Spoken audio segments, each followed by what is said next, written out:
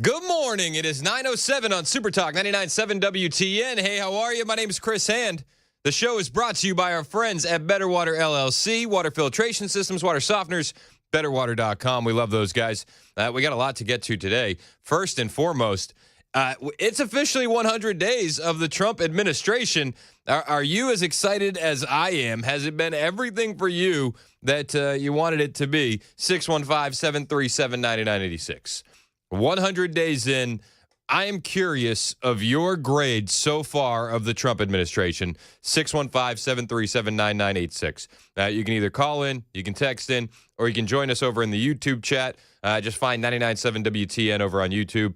Hit like and subscribe while you're there, and you can weigh in the chat. Shout out to the YouTube chat. They're always fantastic. I heard Dan talking about this earlier. White House press briefings have been ridiculously early. Remind me that we should ask Monica Page about that when she's on the show on Friday. She's our White House reporter. She joins us every Friday from the White House North Lawn. I wonder if this is like a welcome thing to the reporters there. Are they excited that the press briefings have been early this past week, or is it kind of like a pain in the butt? Part of me thinks it would kind of be like a pain in the butt, right? Don't you think? Like, I got to run in and do something right away. Yeah, just right early in the morning. Yeah, not a fan. I think it started yesterday with the with Tom Homan, right? with Tom Homan. Well, they wanted to roll out those illegal aliens that had been deported. There's signs along the White House lawn. Yep. They wanted to roll it out yesterday. So And the Trump administration wants to roll out illegal aliens in general. Yeah. Actually. So they had another early press briefing. Carolyn Levitt opened it up this morning with that nod to 100 days, which is it is. I mean, man, it's pretty cool to see that we have 100 days of the Trump administration. And I do have audio coming from somewhere? Check. Is that you on that side of the Zoom? Yep, there it is. All right, perfect. We got it. I was like, do I have the YouTube stream open somewhere? This is Carolyn Levitt this morning talking about the first 100 days of the Trump administration. Today officially marks 100 days of promises made and promises kept by President Trump.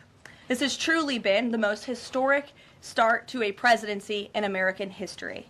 After building the greatest economy in the world in his first term as president, President Trump is in the process of doing that all over again. The American people trust in President Trump.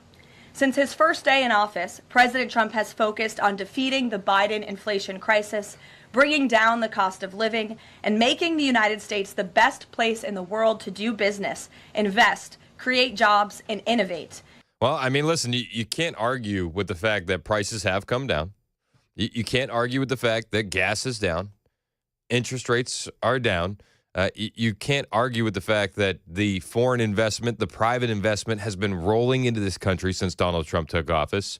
What is it, over $5 trillion now? The private investment alone, we've already seen more from Donald J. Trump than we saw from 4 years under Joseph Robinette Biden. So, you look at all these different factors, and the Trump administration is off to a fantastic start. Now, it is just a start, but I wonder what you're grading this administration on in the first 100 days. Larry in Clarksville, what grade would you give him? Hey, Chris, thanks for taking my call. I give him an A-, and the only reason it's a minus is because we still haven't seen the Epstein files. I'm with you. And we're going to talk, and I appreciate the call, Larry. We're going to talk about Virginia Giuffre, the Epstein victim who committed suicide, allegedly. And the statement from her lawyer that questions that alleged suicide a little bit later into the show, but it's definitely a topic that I want to get to. Carolyn Levitt talking about the first 100 days of the Donald Trump administration. And President Trump's efforts are working. 345,000 jobs have already been added since the start of President Trump's term. Last month's jobs report saw nearly 100,000 more jobs than economists predicted, and it was the fourth highest month for private payroll growth in the past 2 years. 9,000 manufacturing jobs have been added to the economy already. This is a sharp contrast to the 6,000 manufacturing jobs that were lost each month in the final 2 years of the Biden administration. I mean, we had talked about that a couple of times. Trump didn't not only turn it around or stop the bleeding in his first month in office. He completely turned it down. They had been losing, 6,000 manufacturing jobs a month in the last 2 years of Biden. Trump's first month back in office, it was 9,000 manufacturing jobs back on the board. We're seeing the onboarding, the reshoring of manufacturing across the United States. We're seeing these car companies increase hours, increase shifts, bringing these factories back from Mexico and Canada. Yeah, you're seeing the plan unfold in real time. The U.S. employment rate remains at historic lows. And thanks to President Trump, Americans are seeing price relief for the first time in years. The last inflation report showed the first consumer price decline since the COVID pandemic, a decrease in energy prices, and real average hourly wage growth. President Trump is delivering on his promises to lower costs for American families and businesses.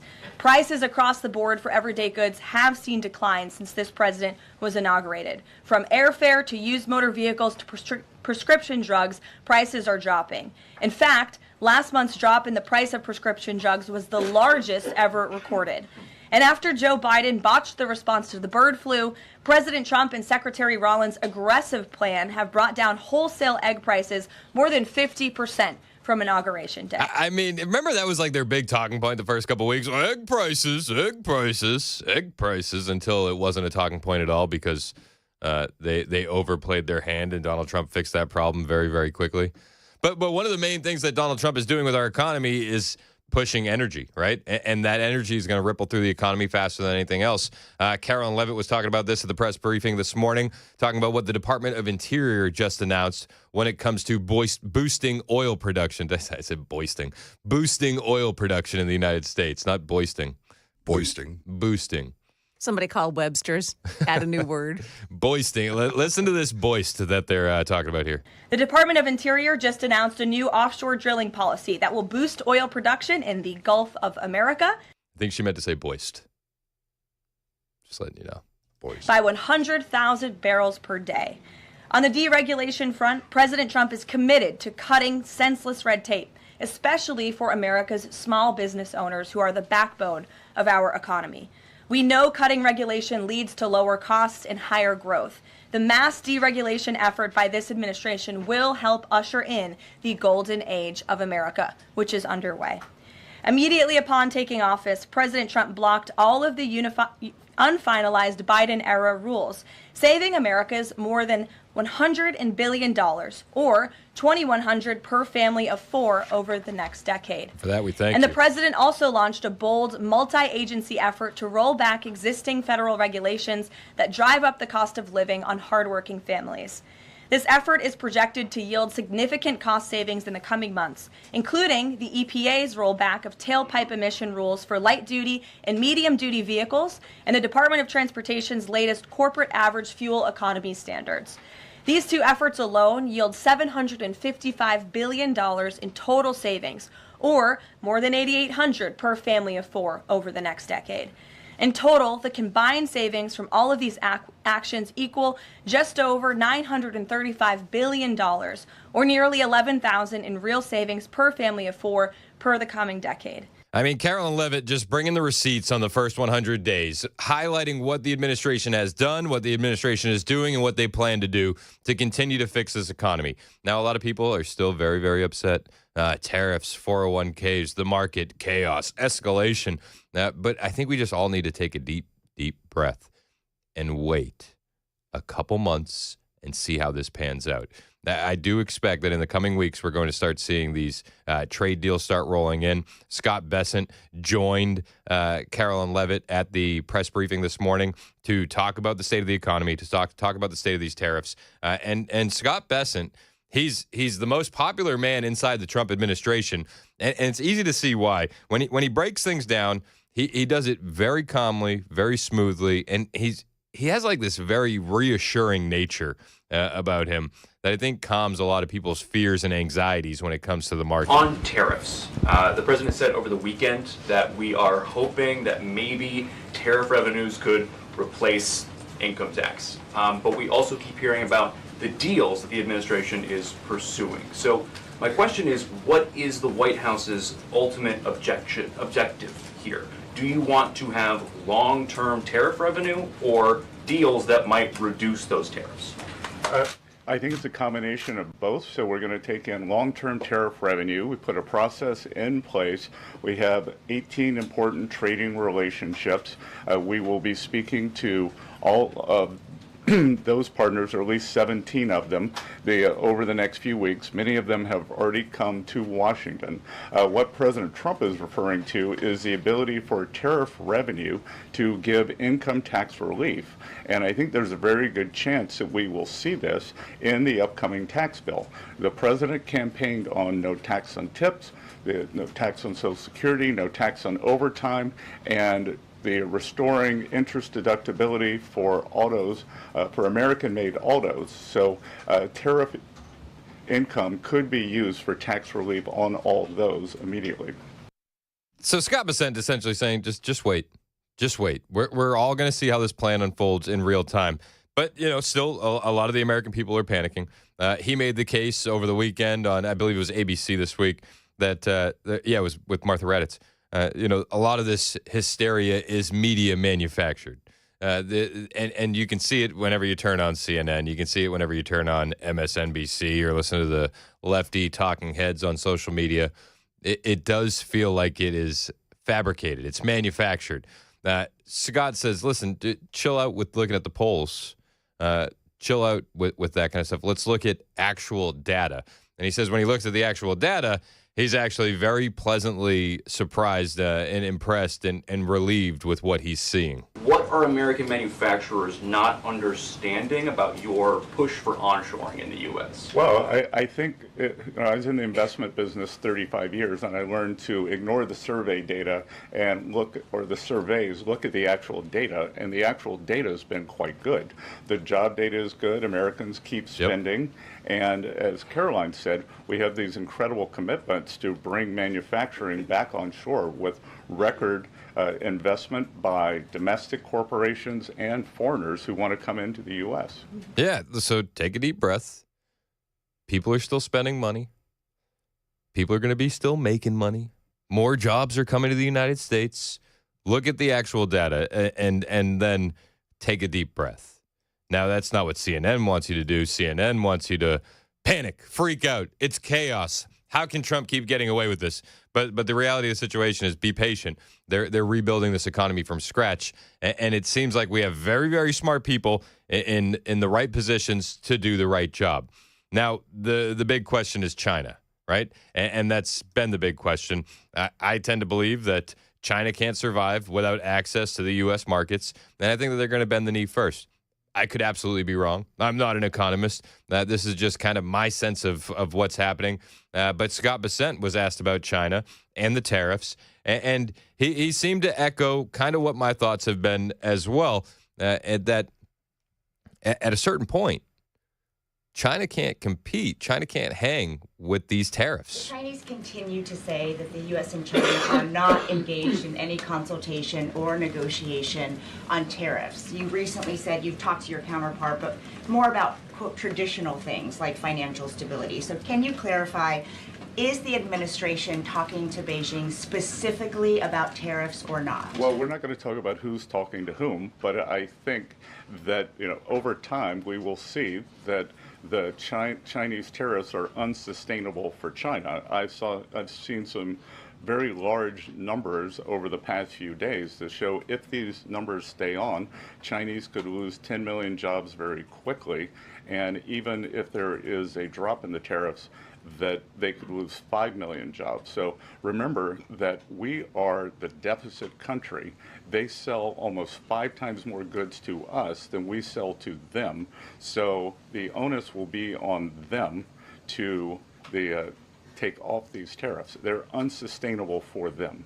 Yeah, and listen, we've been saying that for a while now, that at the end of the day, this is going to hurt China more than it hurts the U.S. Now, Scott Bessent also had some interesting comments about China yesterday while he was doing a hit on Fox News. I think it might have been Newsmax. Excuse me if I'm incorrect on which station it was, but he's doing this news hit, and he said, "You do realize that I have a list of items that we could tariff hard and really hit China where it hurts. I haven't done it yet, but it's in my back pocket." I'll bring you those comments from Scott Bessent when we get back. Plus, his comments on Amazon and this new Amazon plan that they discussed at the press briefing this morning. When we return, it's 9:22 on Super Talk 99.7 WTN.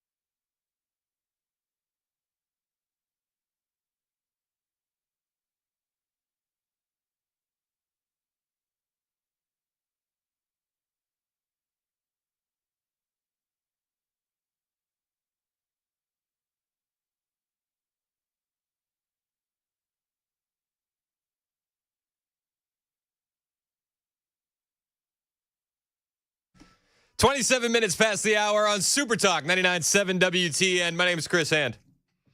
I don't picture Scott Bessent being a guy that would like send threats. Do you picture Scott Bessent being like a guy who could strike fear into the hearts of his enemies?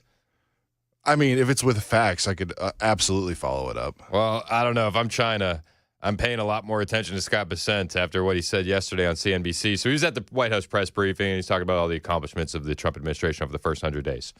We can absolutely do that. But the conversation went to tariffs, and he talking about China, and he said, listen, they need us more than we need them, which is what we've been saying here on the Chris Hand Show for a while. But yesterday on CNBC, Scott Bessent's given an interview, and he essentially he says to China, mess around and find out. Ooh. Essentially, this is Scott Bessent yesterday. Would you just take a complete decoupling with China off the table right now, since we know global trade has benefited the globe. We don't want zero global trade. But doesn't this indicate what's at stake here? Well, Joe, I think this makes my point that the Chinese, they are exempting all these goods, tells me that they want a de-escalation. And what we haven't done is escalate by embargoing those goods or putting a trade ban on those goods, which we could, if we needed to gain more leverage. We haven't done it. They've actually given us a list of what comes from the U.S. that is valuable to them. And I can tell you, I do have an escalation ladder in my back pocket, and we're very anxious not to have to use it. I mean, whoa. That's pretty ice cold, isn't it? Yeah, that's I think you're right. This man can make threats. He's like, I got that thing on me. If you want to mess around, don't make me pull it out. Don't make me pull it out. Don't make me go pop the trunk, says Scott Bessent. Oh my gosh. Like I knew he was kind of like a nerd, and I liked that about him. I know he had that in him. Revenge of the nerds. he's coming for jugulars. Scott Bessent also said that trading and trade deals with other Asian partners going pretty well, actually. This is Scott Bessent again on CNBC yesterday. But I will tell you that the negotiations with our Asian trading partners are going very well. Vice President Vance was in India last week, talked about substantial progress. I have mentioned that the negotiations with the Republic of Korea have gone very well. And I think we've had some very substantial negotiations with our Japanese allies. I'm just in the camp where I'm just going to trust Trump on this stuff. I'm going to trust the Trump administration. I do think that he has the right people in place. And one of the reasons why I'm going to continue to trust is just the gains that they've made already in this economy. They were talking about this on Maria Bartiromo's show over on Fox News. She said, guys, within the first 100 days, he's essentially righted the ship from what the Biden administration had us on, especially when it comes to inflation. Monday, he told me 3. I think there's no other way to look at this first 100 days other than a huge success. I mean, I know what you're talking about in terms of the polling and the approval rating, but look at the president's 2 top issues, immigration and inflation. I mean, listen, yes, those were the 2 top issues. Yes, he's succeeding on those. As far as people paying too much attention to the polling, I just want to point out, you do remember that right before the election, there was a groundbreaking Ann Seltzer Iowa poll that had Kamala Harris winning by 3. Like, to anybody that puts too much salt into the polling numbers, you do understand what those are used for, right? Is to condition the public to what they want you to believe. This is not the reality of the situation.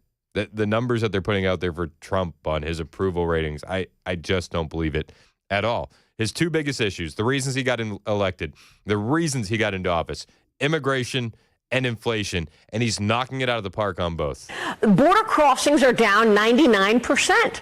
I spoke with President Trump on Sunday. He told me 3 people were apprehended at the border in the month of April, compared with 248,000 it's remarkable. in the month last year, 1 year ago. That's the migration and immigration story. Now let's take a look at inflation. You and I talked about eggs a long time ago. The price of eggs are down 50%. Look at where mortgage mortgage rates are down. Look at oil prices are down. So when you take a look at what President Trump said that he was going to do, it is a huge success in terms of these first 100 days. I tend to agree. That's Maria Bartiromo on Fox News. Now, when we get back, we got a lot more to cover.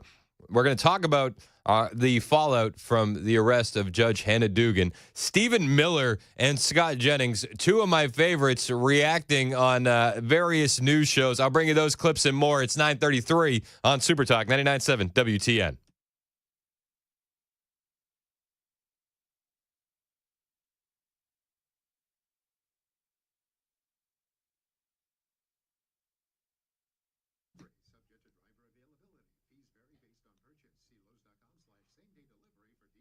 Hey, what's up? It's Chris Hand here for my friends at Better Water LLC. We talk about these guys all the time, but if your water has weird smells, if it's putting stains in your clothes, or if it's just plain old bad tasting, these are the guys you need to call. Think of what Better Water can do for you is like installing a giant Brita filter on your entire house, or they can scale it down for just under the sink, or they could do your entire business and they can handle everything. They'll remove the sulfur, the iron, the chlorine, the bacteria, the E. coli. If it's in your system, they have a system to remove it. Whether you need reverse osmosis, water softeners, or specialized filters, UV lights, Better Water has you covered. And these guys are local. They're based in Smyrna. They serve all of Middle Tennessee. They're the same water filtration company that's doing the water at your coffee shops and the hospitals you visit. So stop drinking the junk out of your tap. Give Better Water a call today, 615-355-6063. If you're not sure if you need the water filter, they'll test your water for free. 615-355-6063, or you can find them online at betterwater.com.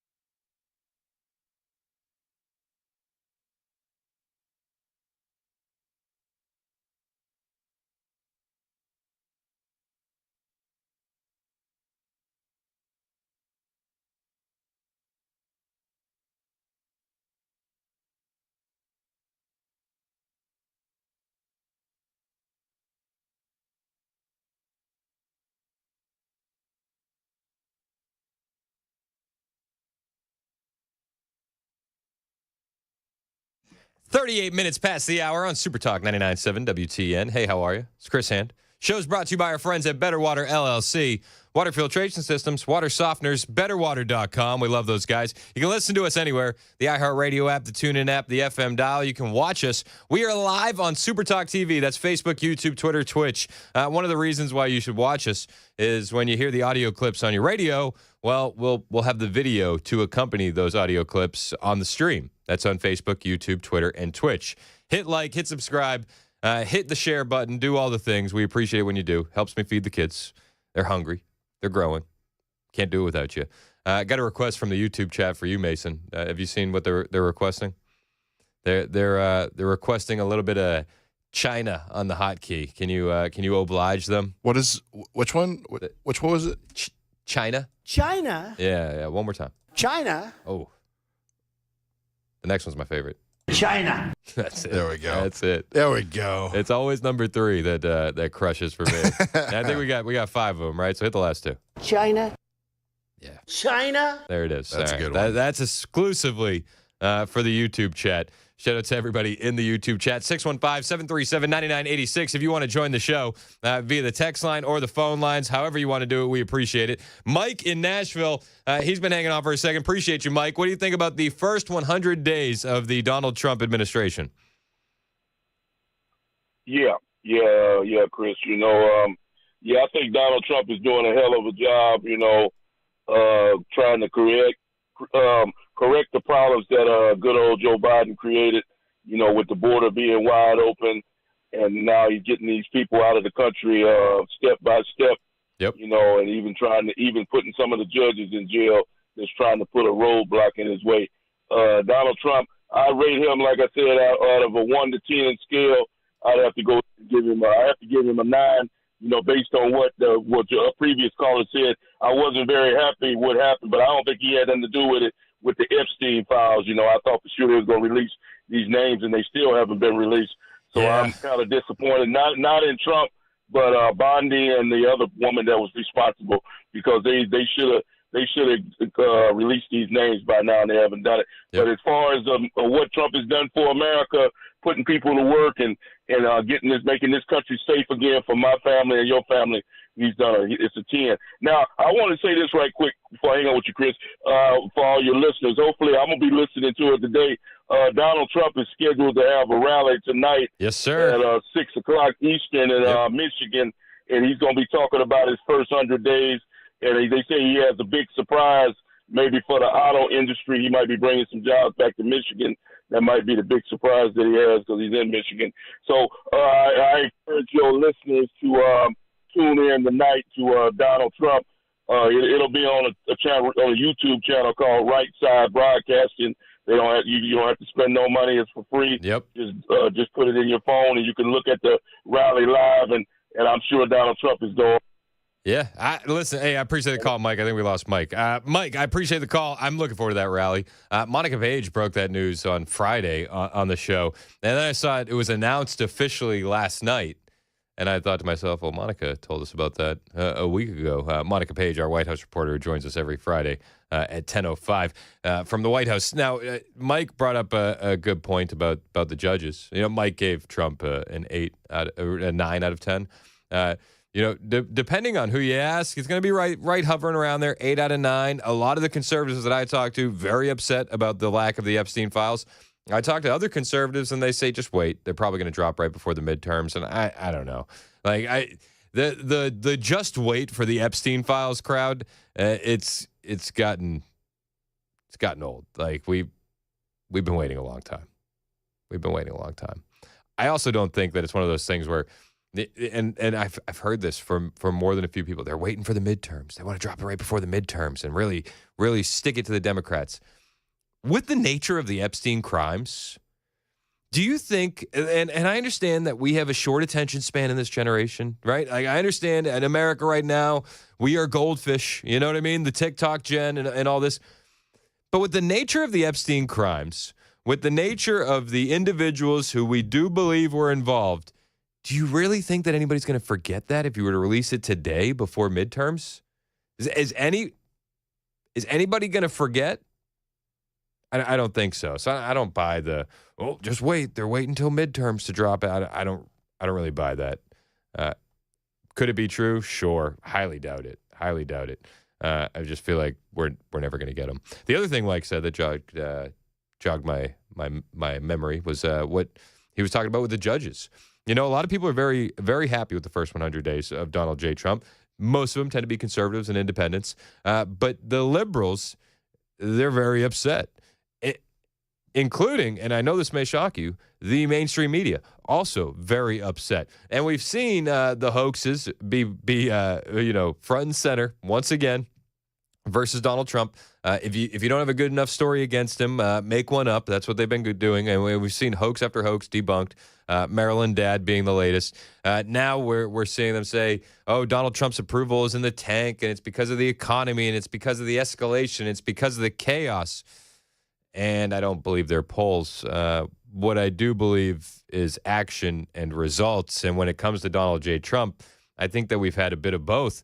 And when it comes to arresting these judges who are putting illegal aliens over the welfare of the American people, well, then, yeah, I do think they need to be dealt with, and I'm glad that he arrested that judge, in particular, Hannah Dugan. Tom Homan was talking about this yesterday, about the judges that had been arrested under Donald J. Trump. We have the judge in New Mexico, Joel Cano, who had 3 Tren de Aragua members living with him, and then we had the judge in Wisconsin, Judge Hannah Dugan. She let an illegal alien who beat up a dude and a lady sneak out the back door to avoid ICE. Tom Homan talked about this yesterday. As far as the judges, look, we just arrested a judge, Pam Bondi, for impeding ICE enforcement removals. I said from day one, you don't have to support ICE's operations. You can support sanctuary cities if that's what you desire to do. Sanctuary cities can stand aside and watch ICE keep their communities safe. Because any public official, whether you're mayor, city councilman, or governor, their number one responsibility is protection of the communities. Thank you. And ICE has been clear, we're targeting public safety threats and national security threats. I can't believe there's any elected official, and especially a judge, that doesn't believe we should be doing that, and they should be helping us. Well, until you realize they're activist, leftist judges, and then it's not as shocking.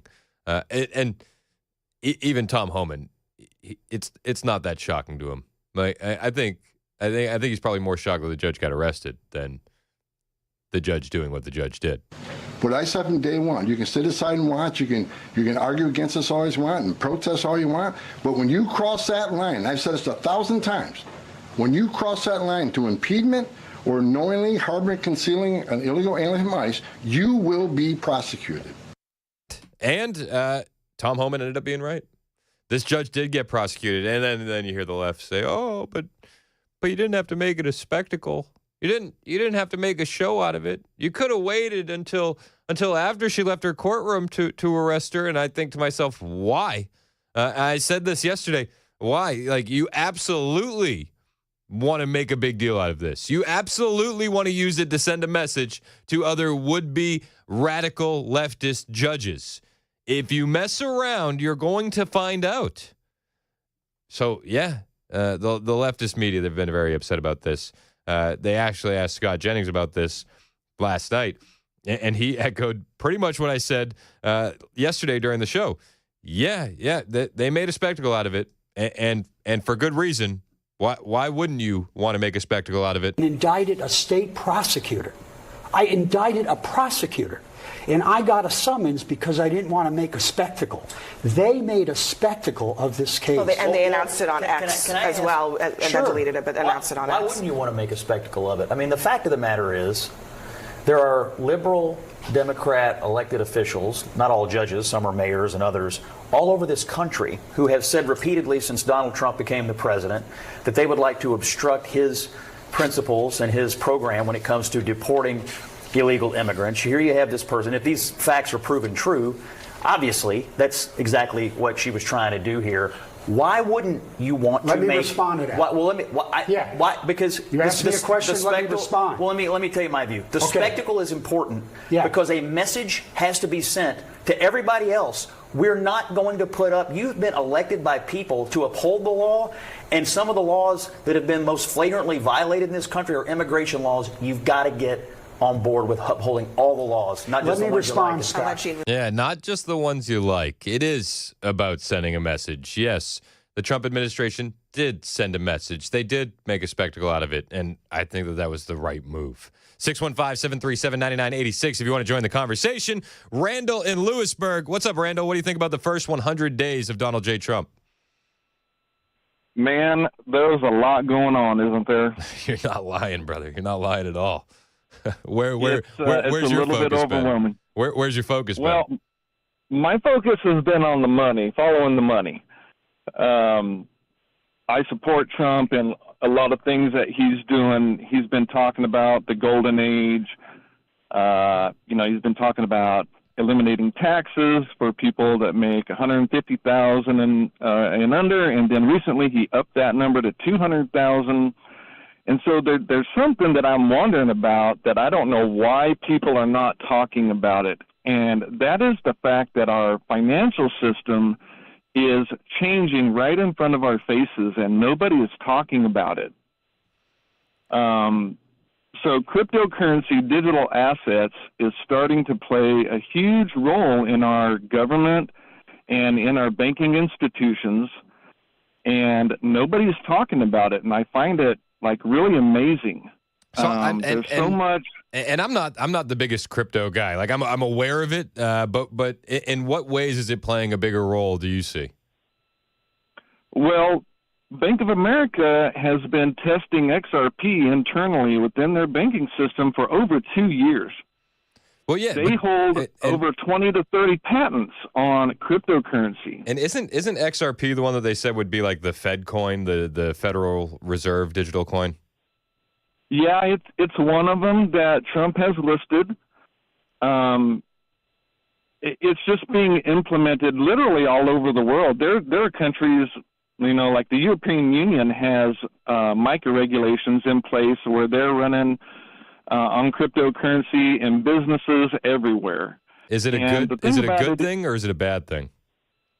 I believe it's a good thing. The biggest thing for the institutions is that they are saving huge amounts of money on fees, on transaction fees. The second big thing is institutions are going to be able to settle in real time. They're not going to have to wait for days and days and days to settle their books. They'll be able to settle every day. And the biggest thing about it is for the American people is this is considered the fourth industrial revolution.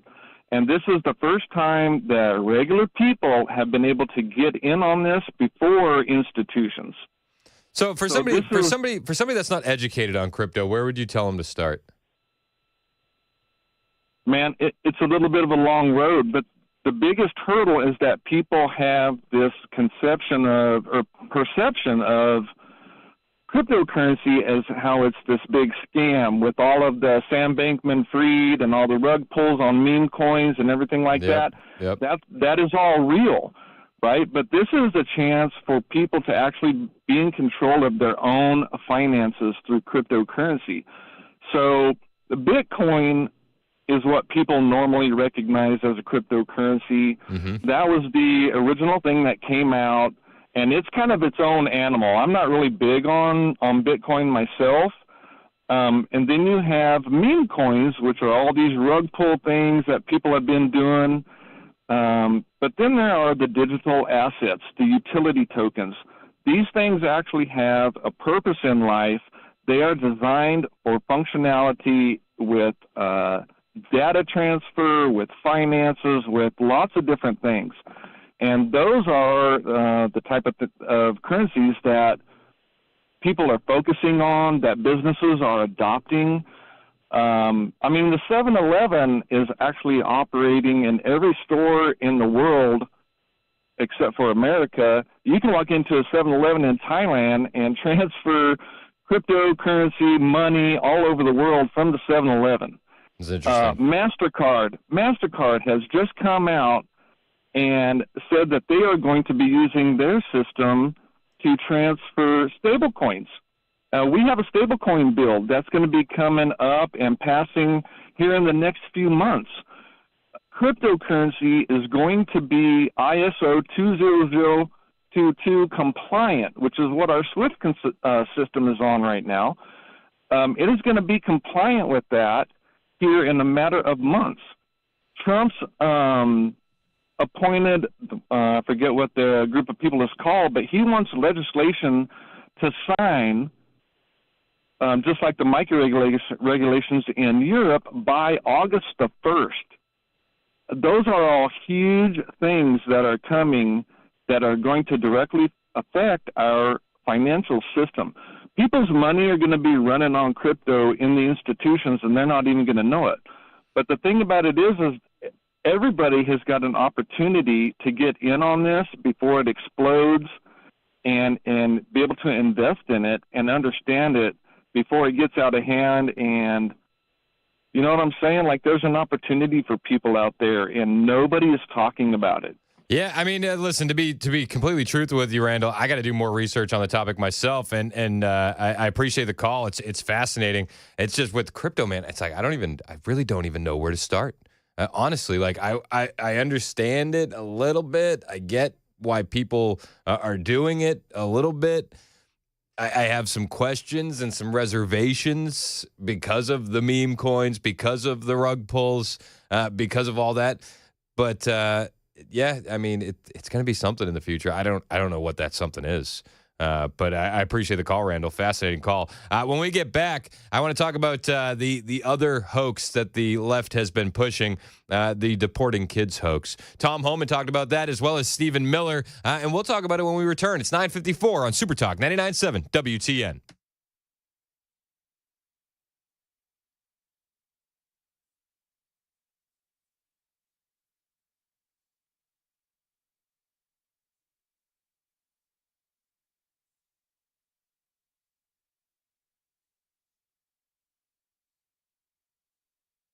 Hey, what's up? It's Chris Hand here for my friends at the Glock Store, and I'm excited to tell you about the event they got coming up May 31st. The Glock Store's 5th annual open house. Every single year they do this, man. They throw open the doors. They invite everybody into Nashville. They roll out the red carpet for everybody, and they have raffles, deals, full auto fun. It's a blast, literally. It's a banger of a party. Literally. And this year, the raffles are going to be nonstop. They're like literally all day long. We're talking custom Glock handgun giveaways, premium gear, you name it. And even if you don't win a raffle, you're still winning because the deals are insane. Absolutely insane. You need ammo? Well, you got to check out these specials that they have from Burrow Bullets, including 1,000-round tac packs of 9mm and 223 packed in custom ammo boxes. You're not going to believe the prices. The deal won't last long. And they're bringing out the full auto rental rifles again, 9mm, 5.56. I've done it. It's awesome. You're going to want to do it too. So mark it down, Saturday, May 31st. Minutes from the airport, worth the drive from anywhere. Come hang out with the WTN crew, score some gear, and say hello at the Glock Store's 5th annual open house, Saturday, May 31st.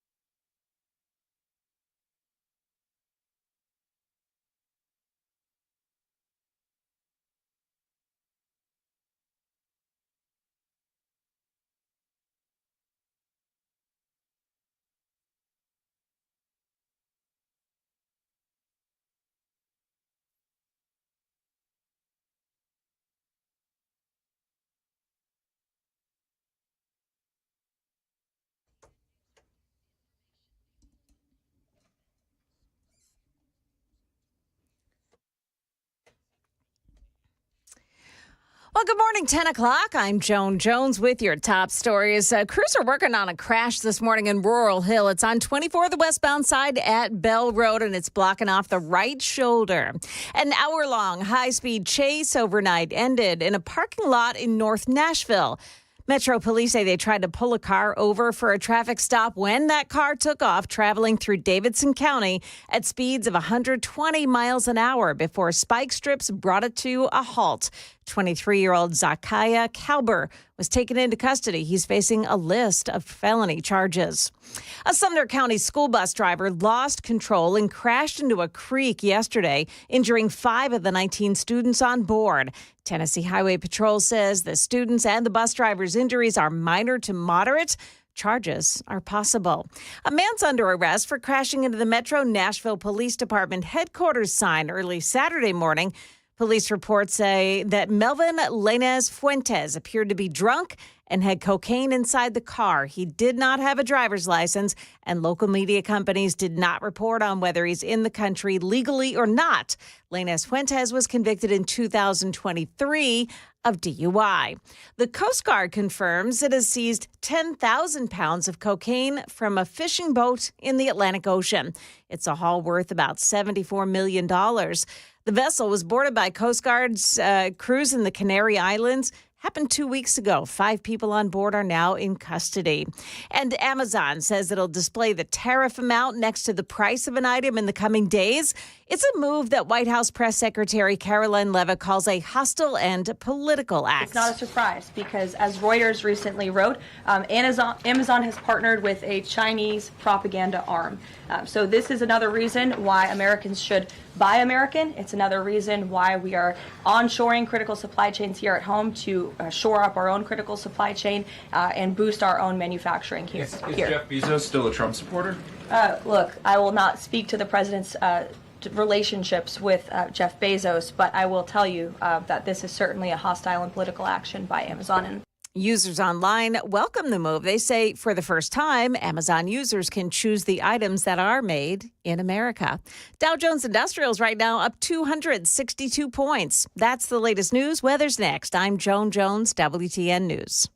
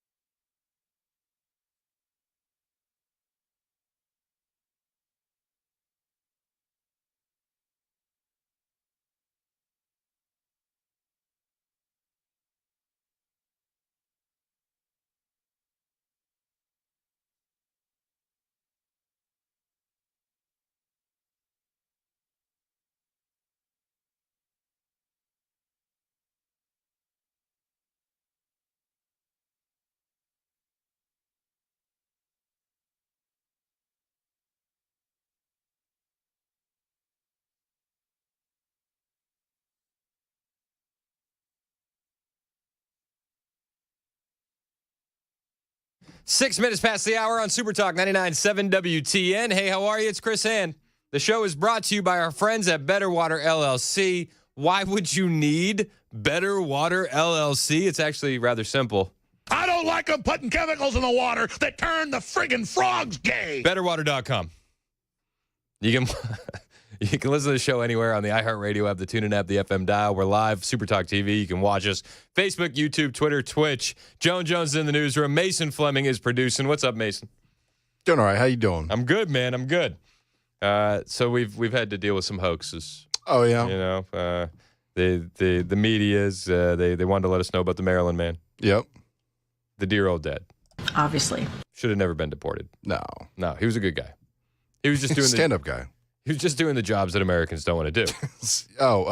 Like human trafficking and drug trading and beating up women. Yeah. So, who's going to do those jobs without Kilmar Abrego Garcia? Yeah, I was going to be an abusive spouse, but man, beat me to it. Those migrants took my job. So it's unbelievable. So that hoax didn't pan out. So then they had to gin up some new hysteria, and the new one is that they're deporting 2-year-old American citizens, and it's all just so tiresome. Tom Homan was at the White House press briefing yesterday, and they asked him about the deporting 2-year-old citizens, and he said that's a lie, and this is really just a parenting decision, and you're making it a political thing. If you enter this country legally, it's a crime. If you remain in this country legally and you ignore a judge's order about deporting, if you choose to have a U.S. citizen child, knowing you're in this country legally, you put yourself in that position. You put your family in that position. What we did is remove children with their mothers who requested the children depart with them. This was a parental decision, parenting 101. The mothers made that choice. And I tell you what, if we didn't do it, the story today would be Trump administration separating families again. Yep. No, we're keeping families together. So when a parent says, I want my 2-year-old baby to go with me, we made that happen. They weren't deported. We don't deport U.S. citizens. The parents made that decision, not the United States government. But I don't hear any questions about Laken Riley had a mother. Thank you. She's never going to see her child again. Rachel Morin, she had 5 children. Yep. Those children are never going to see their mom again. This administration is doing the right thing. Amen. They are. Oh, you're upset. Where's the energy for Rachel Morin? Where's the energy for Jocelyn Nungary? Where's the energy for Laken Riley and their moms? No, it's not there. It's not. Oh, stunning. So shocked. Stephen Miller was asked about this. He had a bit of a press gaggle going on yesterday outside the White House, and he was asked by a reporter if it was the best use of the administration's resources to be going after moms of young kids, basically. This is what Stephen Miller was asked. Stephen Miller's response is very much Stephen Miller. He didn't take too kindly to the question, and he broke it down with facts and no emotion. Is it the best use of the administration's resources to be going after moms of young kids, basically? Do you yourself have an opinion on the subject? I'm more interested in yours. Well, what percentage of the, let's just pick an even number of, say, 10 million illegal aliens. Let's say that Biden released, I think it's closer to 20 million. Let's say he released 10 million illegal aliens into the country over the last 4 years. What percentage do you think we should let stay here of those 10 million? I'm not trying to do a game show. No, but I'm saying, no, but... If you think that's the best use of... Well, hold on, but is it your view that if a Democrat president releases 10, 15, 20 million illegals into the country, they all then should get to stay forever and for all of life? Stephen, I don't have a view about what Democratic presidents do. I'm asking what the Republican president do. Yeah, so... He says, Stephen, I don't have a view. Sure you don't. Sure. Yeah, your lack of communication on this topic just tells us your view. I don't have an opinion. Tell me why you're so evil. Okay, all right, got it. Yeah, we know exactly what position this reporter is operating from, right? There's no secret to it. Stephen Miller knew it from the moment the question was framed and asked in such a way. Stephen Miller not going to take this one sitting down. Okay, so you don't want to answer the question because you know the answer is obvious. Everyone that Biden let in has to go home. Of course. I mean, it's a crazy thing to even ask. You think we should give administrative amnesty to some subset of the illegals that Biden, asking how you're prioritizing the work that here's how we're your prioritizing it. ICE is going to continue to focus on raids against high-threat criminal aliens. We're going to use the entire force and power of the federal government to get them all home. Many will choose also to leave voluntarily and take advantage of the CBP Home app. But we are not going to ask taxpayers to subsidize the presence of a single illegal alien in this country. Thank you. Listen, thank you. No, taxpayers don't want to subsidize illegal aliens in this country. Yet that's what we've been doing for the last, 4 years. It's been insane. It's been insane. We've been subsidizing them at the detriment of our own citizens for far too long. And this administration is not going to do that anymore. Stephen Miller doesn't even respect the premise of your question. It's insane. It's insane. And he goes a little bit further. He goes in on radical left-wing judges who he says are engaged in a form of tyranny against Donald Trump, trying to impede and slow down and stop these deportations. Stephen Miller, he's one of my favorites. I think this guy is just an absolute national treasure. Well, simply put, it's a war on democracy. President Trump was elected on a mandate to secure the border, to stop the invasion, to send illegal aliens home. True. You cannot have a situation where one district court judge or a cabal of 10 or 15 district court judges who are radical left, sitting in strictly regional courtrooms, can conspire with each other to shut down the operations of the federal law enforcement function. That is not only antithetical to democracy, it is a direct form of tyranny, in which the people of this country are being told that you cannot have the thing that you voted for, even when the thing that you voted for is required by law. Where's the lie? Citizens of this country, you voted for thing. You cannot have thing, even though we're required by law to give you thing. It doesn't matter. Like, just replace it with anything else. It doesn't matter that it's the border. Anything else. You voted for thing. We were not going to give you thing. It's required by law. Name another scenario where this flies. Name another president where this flies. All these individuals by law have no right to be here and must be sent home. None of the people that Biden let in have a legitimate asylum claim, have a legitimate claim to relief, have any right or basis to be inside the United States. And now we see a move by the media to say that some subset of the 10, 15, 20 million illegals that Biden let in, who, knowing they're here illegally, choose to stay here, choose to have children, that then we should take the view, oh, you beat the system, you trespass in our country, you failed to leave, you failed to comply with our laws, and now you've had a child, and now what, you get amnesty for life? And what we should ask, a laid-off worker in Ohio to now pay for welfare for your entire life? We should ask somebody who lost their job under a factory that closed down under Joe Biden to provide you with free education and free health care. You should wait an extra hour or 2 hours when your kid is sick in the emergency room because you have hundreds of illegals getting frontline care at an ER because they don't have health insurance, they don't have a job, they don't have any savings. They're here to live off of us. Right, we should ask struggling Americans to pay for all of that. That's what they want. The whole thing is obscene and it's absurd. I can't even imagine how much time we spend debating how much generosity, how many billions of taxpayer dollars, how much amnesty, how many reprieves we should give to people who chose to come here illegally and take from us and our people. The whole conversation is absurd and offensive. He's right. The entire conversation is absurd and offensive. That's Stephen Miller. 615-737-9986 if you want to join the conversation. Brian in Columbia, what do you think about the president's first 100 days in office? Love it. In 2 words, it's love it. Everything he's doing. I'm not one of those that will wear a hat around and say he got everything right because, nobody's perfect except Jesus Christ. Amen. But I want to see somebody locked up. I want to see Biden go to jail. I want to see Fauci go to jail. But more than I want to see the Epstein files. That Epstein stuff went on a while back, and we weren't so up in arms about releasing. I mean, we were, but not like now because we know he can release it and Pam Bondi. But he's learned a little bit in Politics 101 this time.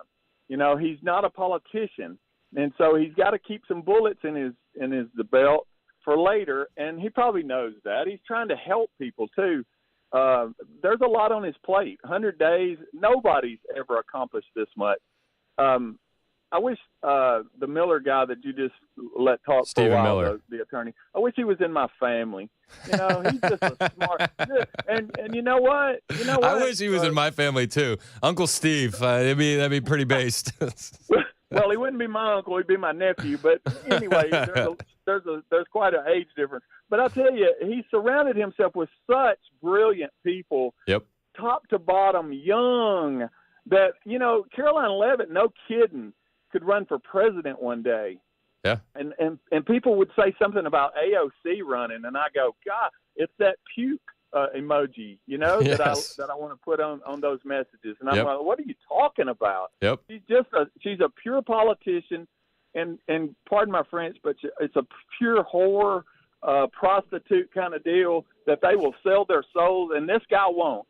And so his first 100 days, I just don't want anything bad to happen to him as far as violence or something, and I believe that's a possibility. But maybe he's the grace of God's got him where he is now and got us this president. It's like RFK said, I prayed to God to give me somebody, and he gave me Donald Trump. Now Yep. that came from a Democrat. Yep. And so that I'd echo that too. You do an unbelievable job of keeping us informed.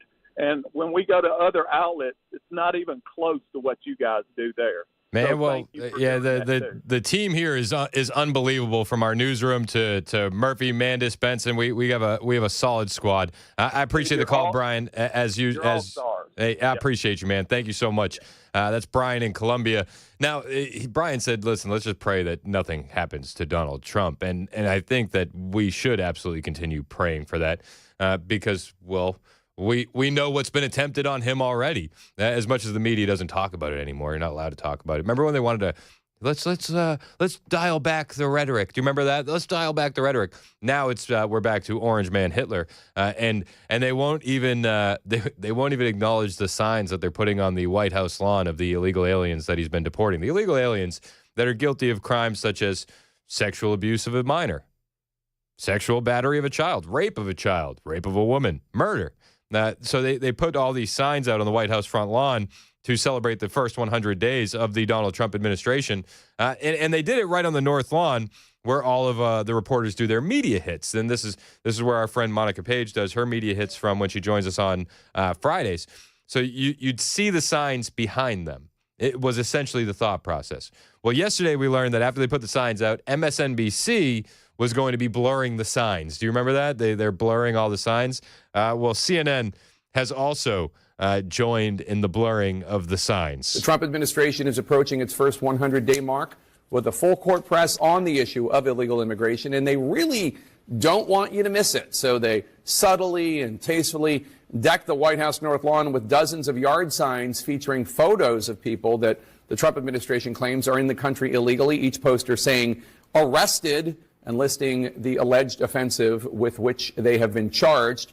Yeah, and now they blurred all the photos on CNN. If you're watching on the stream, you can probably make this out on the video, but you'll see the crimes underneath the signs of these deported illegal alien terrorists, gang members, criminals, and it'll say things like sexual contact with a child, child molestation, sexual abuse of a child. And I think it's important to point out the leftist media hates Donald Trump so much. They value illegal aliens so much higher than American citizens that they want to protect these monsters. They want to protect the identities of child sexual abusers, child rapists, child molesters, fentanyl distributors, and murderers. We have to protect their identity. We have to. This is the leftist media. This is the left in general. Orange man bad. CNN's working to confirm the identities, and if there are actual allegations against these people. Until then, we are blurring their identities. Oh, stunning and brave, CNN. Stunning and brave. We have to make sure that this is factual and true. Fun fact, the White House released all their names and crimes, by the way. And you can find that. It's on the Rapid Response 47 Twitter account, where you can go through every individual who's on a sign, every charge they had, and what happened to them in court. So as CNN is working hard behind the scenes to do the fact check, just know that it's already been provided to them. But they're going to continue not showing those individuals because, feelings. And Orange man bad, right? Is that what we're doing? That's what we're doing. Stephen Miller said that the signs on the White House lawn were nothing short of brilliant. And he said that they're brilliant because it forces the media to pay attention to what these illegal aliens have done in our country. I see on my desk, Sean, examples of the illegal aliens that President Trump's Department of Homeland Security and Justice have arrested and the heinous, unthinkable crimes they've committed. The assault and rape of underage children, the violent beating and murder of moms, shooting innocent people in cold blood in the street, crime after crime after crime. And as you said, Sean, those sanctimonious, pompous jerks in the left-wing corporate press refuse to cover any of these crimes, refuse to interview or cover any of their victims, do not demonstrate an ounce of human empathy for any of the suffering that Joe Biden's border invasion, the Democrat Party's border invasion, has wrought on this country. And so the White House, so President Trump's White House, has forced, brilliantly, these outlets to acknowledge these crimes, to acknowledge these atrocities by putting these posters, these mugshots and their criminal histories right behind them as they stand there and do their shots every single day. And we're going to keep forcing the media to cover the atrocities committed by the illegal aliens that Joe Biden and the Democrat Party have brought into our country. Yet, the leftist mainstream media are doing everything they can to avoid letting you see those signs on their networks. You don't hate the media enough. It's 1022 on Super Talk 99.7 WTN.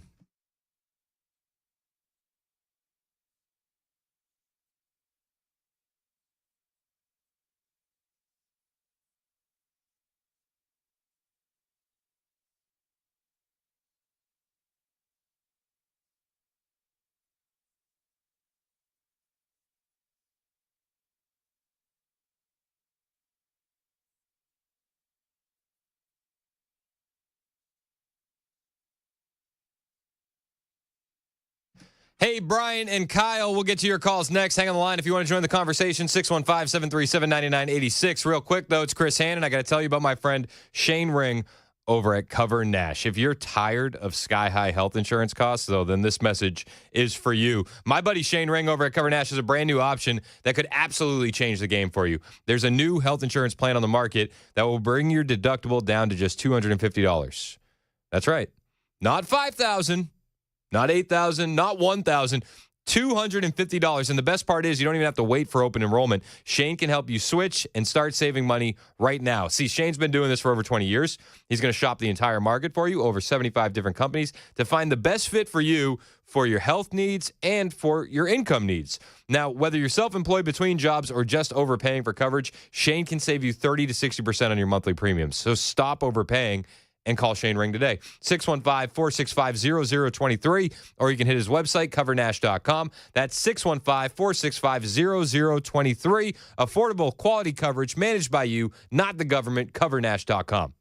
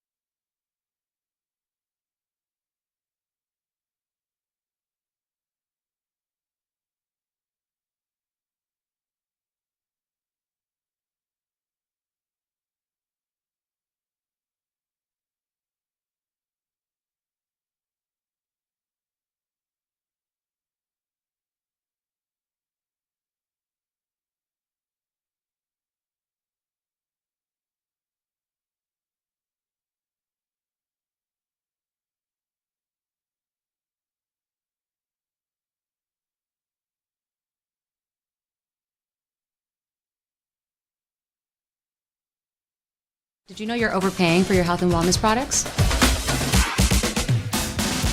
With over 20 company-owned brands offering its members vitamins, supplements, wellness, and skincare products, you're able to save up to 70% off retail. Members Nutrition can't change your life, but we can change the way you live.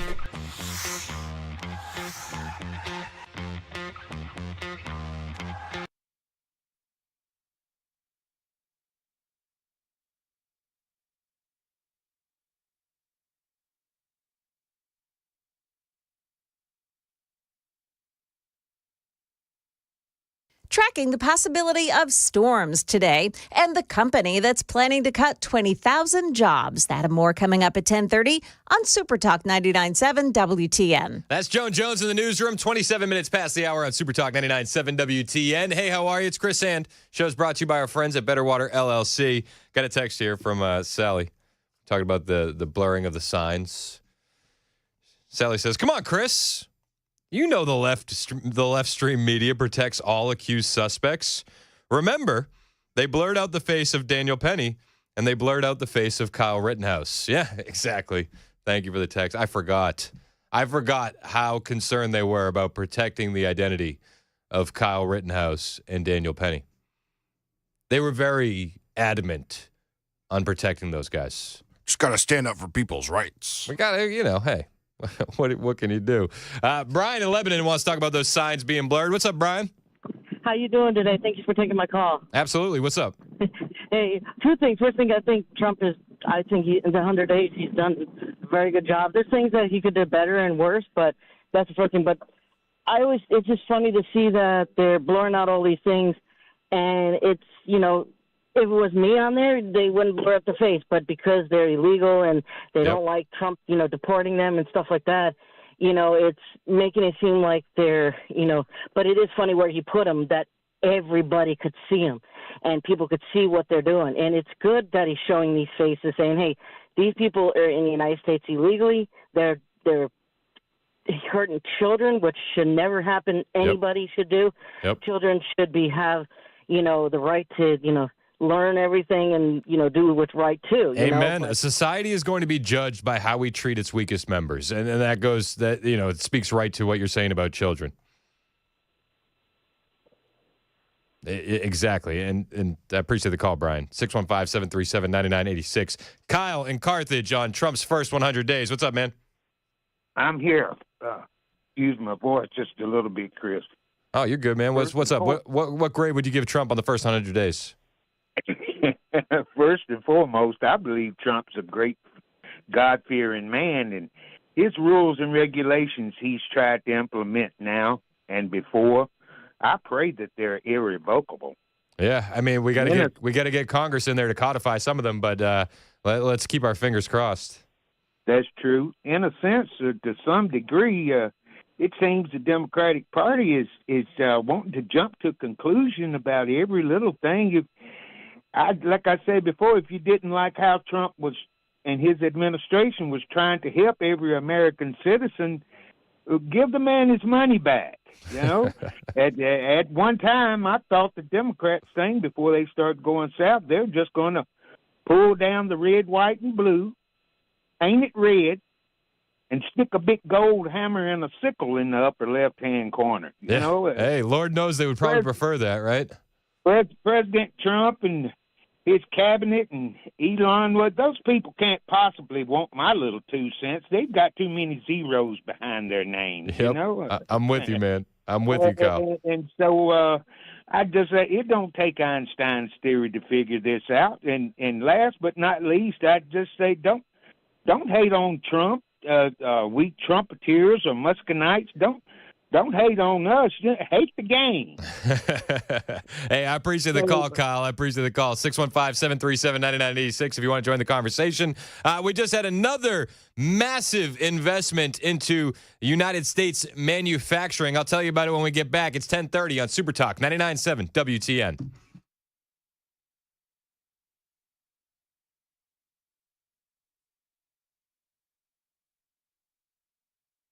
10:30 now. I'm Joan Jones with your top stories. Well, you'll probably notice how hot and humid it gets this afternoon.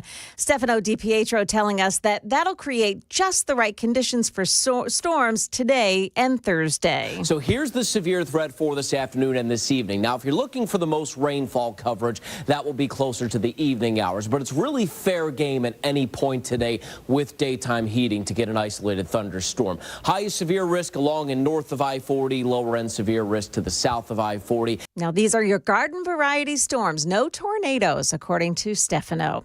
Well, despite online claims of an increase in drink spiking incidents in Nashville, police are telling Channel 4 they are not aware of it. And Vanderbilt University Medical Center says drink spike testing is only available for sex assault victims with law enforcement involvement. The Sexual Assault Center in Nashville tells Channel 4 that city leaders are working on an easier way to determine if your drink has been spiked. We want to know just as much as anybody as a city how many people are being drugged. It's just proven to be a very difficult thing to figure out, but we are committed to working on coming up with a solution. Channel 4 says it's waiting for a response from the mayor's office. And the company's shareholders like it, but workers don't. ABC's Jim Ryan is reporting UPS has announced sweeping layoffs before the end of the year. As goes Amazon, so goes UPS. The package delivery company's biggest customer is the world's largest online retailer. And as consumers back down some of their spending at Amazon, UPS is paying the price. Or more accurately, 20,000 of its workers are. That's how many positions UPS plans to eliminate by Christmas. On its website, UPS says the move is part of the company's plan to consolidate the company's facilities and workforce. That's the latest news. Weather's up next. I'm Joan Jones, WTN News.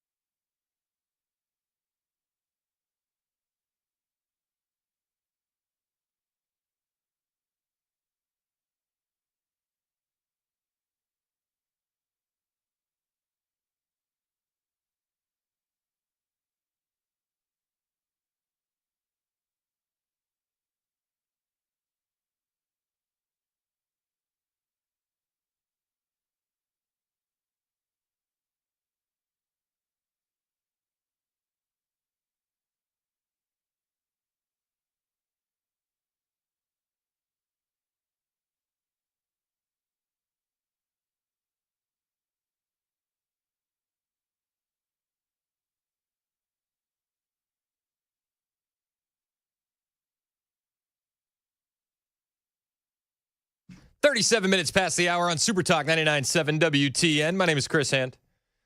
Me and Mason were just talking about the finer things when it comes to YouTube and copywriting. It's fascinating conversations behind the scenes. I've never met more of a music hater than YouTube is. Dude, I don't understand it. They don't let us have any fun. Nah. Like we have this artist coming in, and we're setting it up. So there's a country artist, Mary Cutter. Have you heard? I played you her song. Yeah. She's got this song that's going viral. That's going to be officially released May 17th. It's called "The Devil Wore a Lab Coat." Yeah, and it's all about the pharmaceutical industry and what they did to Appalachia and small towns all over America via OxyContin. And man, it's a banger of a song. And so we were just talking about the scene. She's going to come in May 17th when they're officially releasing the record. And I was like, "Do we get it? Can we get away with it?" Yeah, I'd love to be able to play it on the stream. I think it's her song. It's her song. It's and just then she's gonna be like, "Yeah, that's okay." Like in person, I would imagine. but like it's it's the weird aspect of YouTube going, wait, no, that's copyrighted by her as well. We shouldn't let it play, even though she said it's okay. I don't know. It's frustrating. I feel like the YouTube overlords at certain times are worse than Democrats. See, but at least YouTube's consistent. This is true. This is fair. This is fair. Donald J. Trump has been working his tail off to demagnetize America. And we had some big revelations yesterday. And I was very, very excited about that. We're going to talk about that in a moment. Real quick, though, Glenda in Morrison wants to talk about Trump's first 100 days. What's your thoughts, Glenda? Glenda?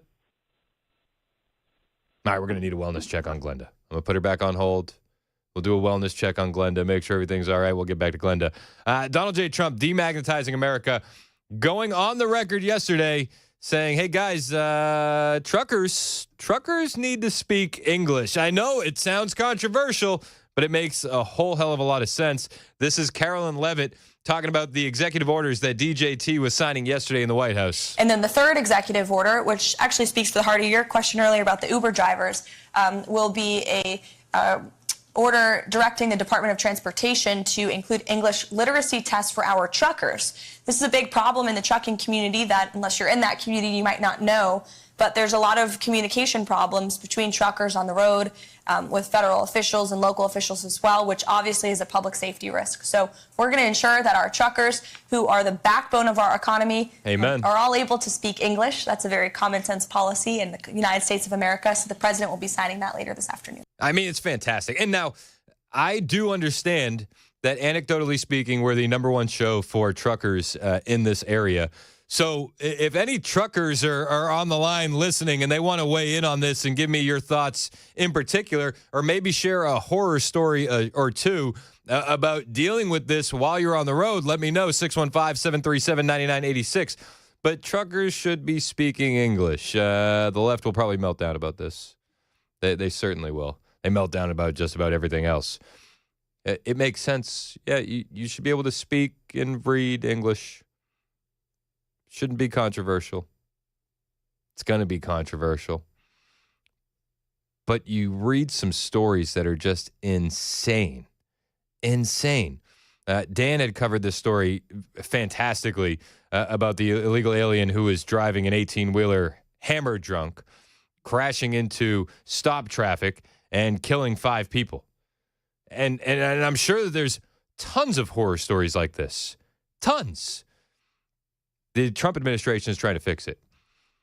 And he's also closing a foreign trucker loophole. Breitbart has this story, says truckers are celebrating as President Donald Trump's decision to restore enforcement of a rule that excludes foreign truckers from the roads if they cannot read English language signs and instructions.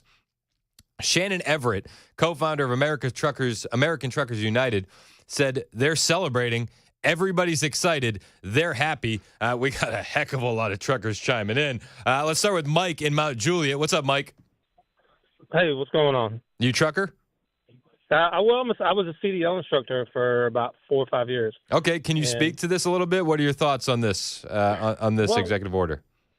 So, no, this is amazing because they changed the rules, and now in order to get a CDL, you have to go through a certified program. And so before it used to be you could do OJT. Well, the problem is that it's not only just, Latinos, it's you have Ethiopians, you have, Egyptians, you have, Sudanese, you have all these different people coming in. And the program that I worked for, they were state funded. So these guys would go in and they need a job. So they would go, and then when I was a kid, it was called unemployment, or not unemployment, but you know what I'm talking about. I can't think of it right now, but so they would go in there, and then these people would get this credit, and then the school would get paid off of these immigrants. And we would get immigrants, and some of them, their age was just ridiculous. They were already, 50, 60 years old, and now they don't speak a lick of English. And you have to teach them how to drive a 80,000-pound vehicle. That sounds insane. That sounds absolutely terrifying. No, 100%. And the problem is like when they did away with you being able to go OJT, and OJT would be like your dad owns a dump truck company and you go get a permit and your dad teaches you to drive. Those guys have way more experience and they have way more real world knowledge. But the problem is not so much that it's the schools or the way that this is funded. It's the fact that a lot of these companies are hurting for drivers so bad, and they know from the rip that you don't have the education. And so they put you out there with a trainer. And some of these companies, and some of them here in Nashville, are second chance companies, and they will hire literally anybody. And if you don't speak English, oh well. I mean, it's like but then they push you along. The left will probably say something like, and this is me playing devil's advocate, right? The left will say, well, now we're going to have a trucker shortage. Would you think that could be the case? Well, the problem with the trucking industry is there's so many hands in the cookie jar. So, in other words, from the trucking company to the broker to the agent to the shipper. So there's all these people who have their hands in the cookie jar. So sounds like a government program. Oh no, 100%. So you might get a load that pays $5, $6, but by the time it gets to that driver's making $1.25 a mile. Gotcha. And sometimes it's not even that. I mean, it's kind of hard. How do you pay these people when everybody else is wanting to get their cut? And so we might have a shortage, but you know what? I mean, that's more money and more miles that these guys can run. And the other thing that's crazy too, and we'll just throw this out there, the trucking industry is so heavily regulated, meaning that they can only drive 11 hours. So they can, or 10 hours. You can work for 10 hours or 11 hours before you have to take that mandatory 8-hour break. Now, you go to work, you get up at 6 o'clock and you go to work at 8 o'clock and you're there from 8 till 4, let's just say 5 o'clock.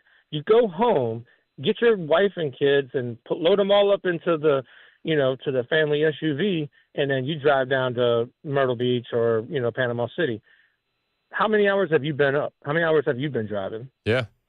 And then that's the other issue. Then you have the Bart Durhams of the world, and where we're going to make their insurance pay. And the problem is right. Okay, great. So a lot of these companies are self-insured for the first $1 million. So what a company does is they look at it and they go cost analysis.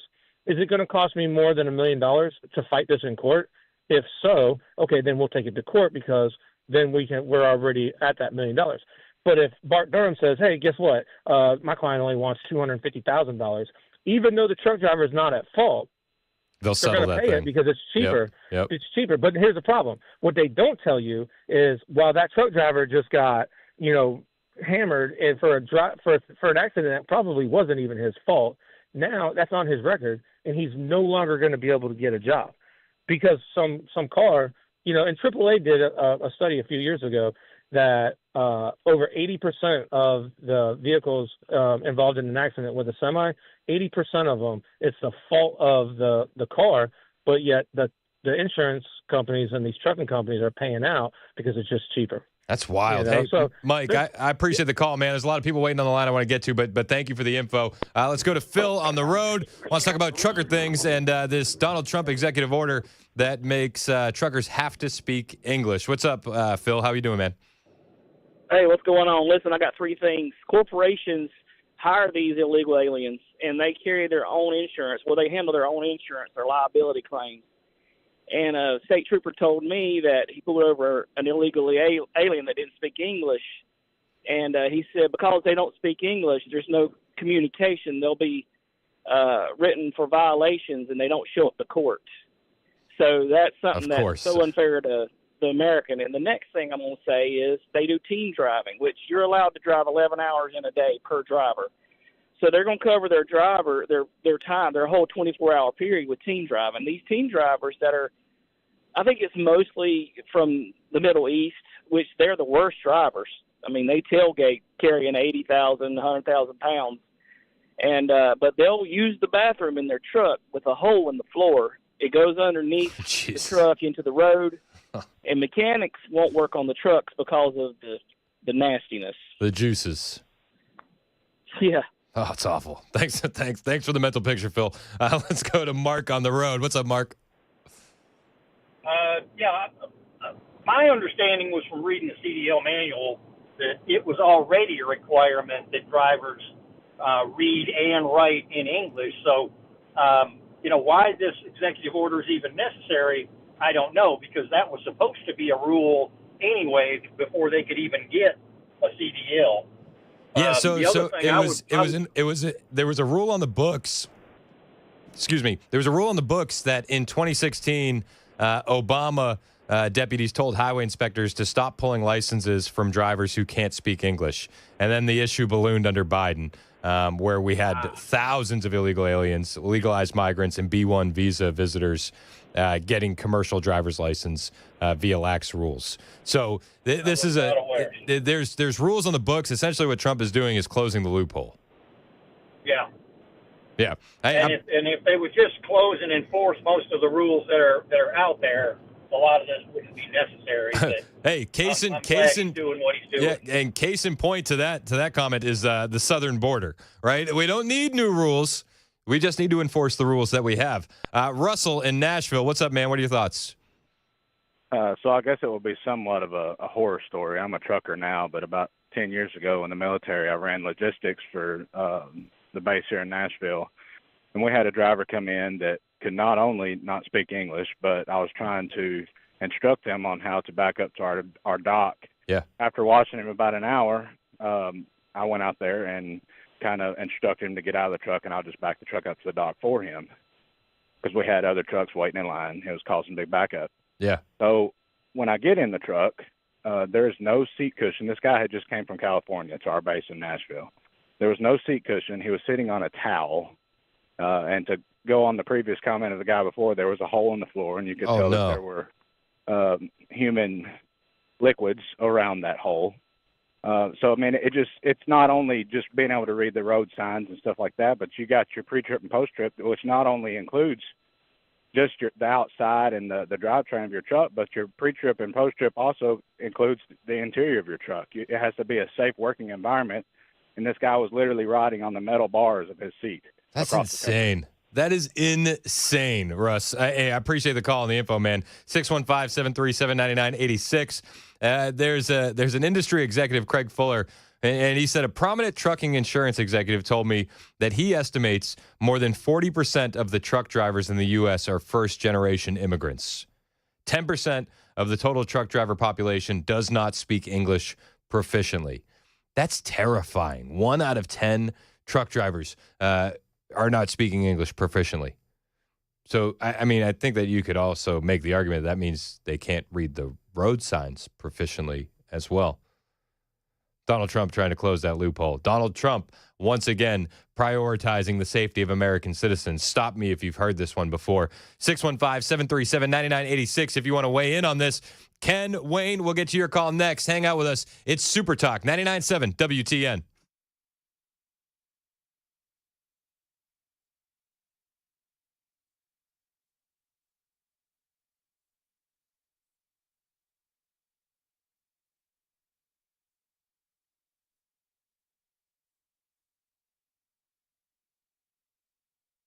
Hey, what's up? It's Chris Hand from my friends at the Wellness Institute of Nashville. And if you're living with pain, you really should listen. And I'm talking any kind of pain. Back pain, knee pain, nerve pain.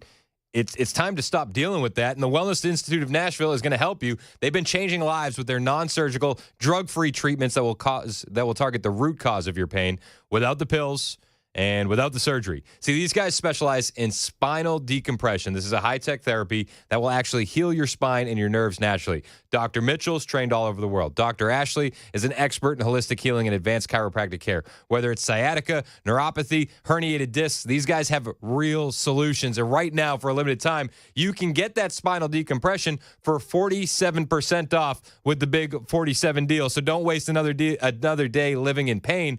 Call the Wellness Institute of Nashville right now, 615-246-5009, or visit painisbad.com. The sooner you call, the sooner you heal, 615-246-5009, painisbad.com.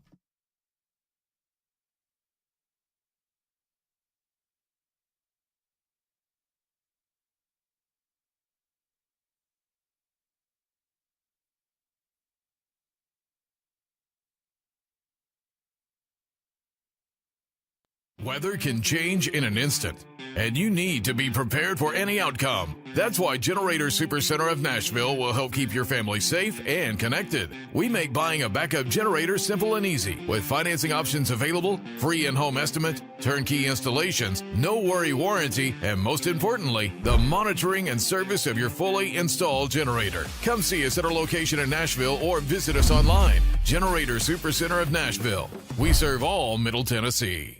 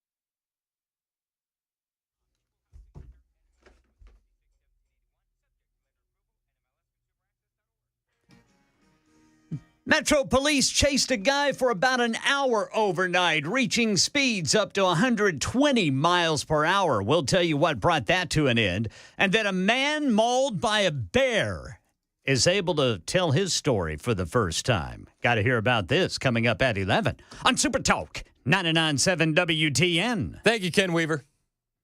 That's Big Ken back in the newsroom. You're welcome, Brother Chris Hand. Super Talk 99.7 WTN. Show's brought to you by Better Water LLC. Your bear story. Yeah. Reminded me of this topic that's going viral on the internet right now. Okay. What is it? Pet a bear? No. Pet a bear and then run as fast as you can. It's similar. All right. So here's the question: 100 men versus one gorilla. Oh yeah. Who wins? One silverback gorilla. Yeah. I mean, he's a monster of a gorilla. The silverback gorilla wins. You think the silverback of 100 guys? I think he wins because nobody's going to volunteer to go first. I think it depends on how dedicated the guys are. Well, I think, and maybe how drunk. I think if a good number of them know that this could be their last fight, the men have a chance. But you got to have guys that are willing to risk it all. Yeah, because I'm telling you, the first two in, they're dead. Oh my gosh, pancakes. 100%. Pancakes. Yeah. And you know the morale's going to shift when you see an arm removed. You know that, right? The morale. The energy just changed around here. Bill lost an arm. So it's definitely going to happen. I mean, have you ever seen a gorilla bite somebody or bite something? No. Their fangs are huge. Oh, I didn't even think about gorilla fangs. I was focusing Terrifying. more on the biceps. Yeah, I mean, their arms are huge. They're known for ripping things through they got teeth. some moves, too. Oh, yeah. They're quick. Yeah. You're going to need 2 or 3 guys jumping on that back, and I don't know. Yeah, somebody is going to have to run diversion, and then, maybe 10 guys jump on his back at once. Yeah. You might have a fighting chance. Maybe then. devote the 50. But again, you're going to need all 10 dedicated to that, moving in unison. Yeah. You get 3 or 4 that are a little bit iffy. Or we could hardly get a football team to do that here. I don't know if we could get a full 10 guys to cooperate. This is fair. Oh, man. So he didn't have any backup when he was fighting that bear? Is that what happened? Yeah, apparently he was all alone. All right, well, we're going to find out about that man and the bear in Ken's newscast. And then on the other side, I want to talk a little bit more with the truckers of the Super Talk community. Donald Trump's executive order says, listen, if you're going to be a trucker, you got to speak English. 615-737-9986, looking for insight from the industry. Or at least a horror story or two. 615-737-9986. Right now, Ken Weaver with the headlines.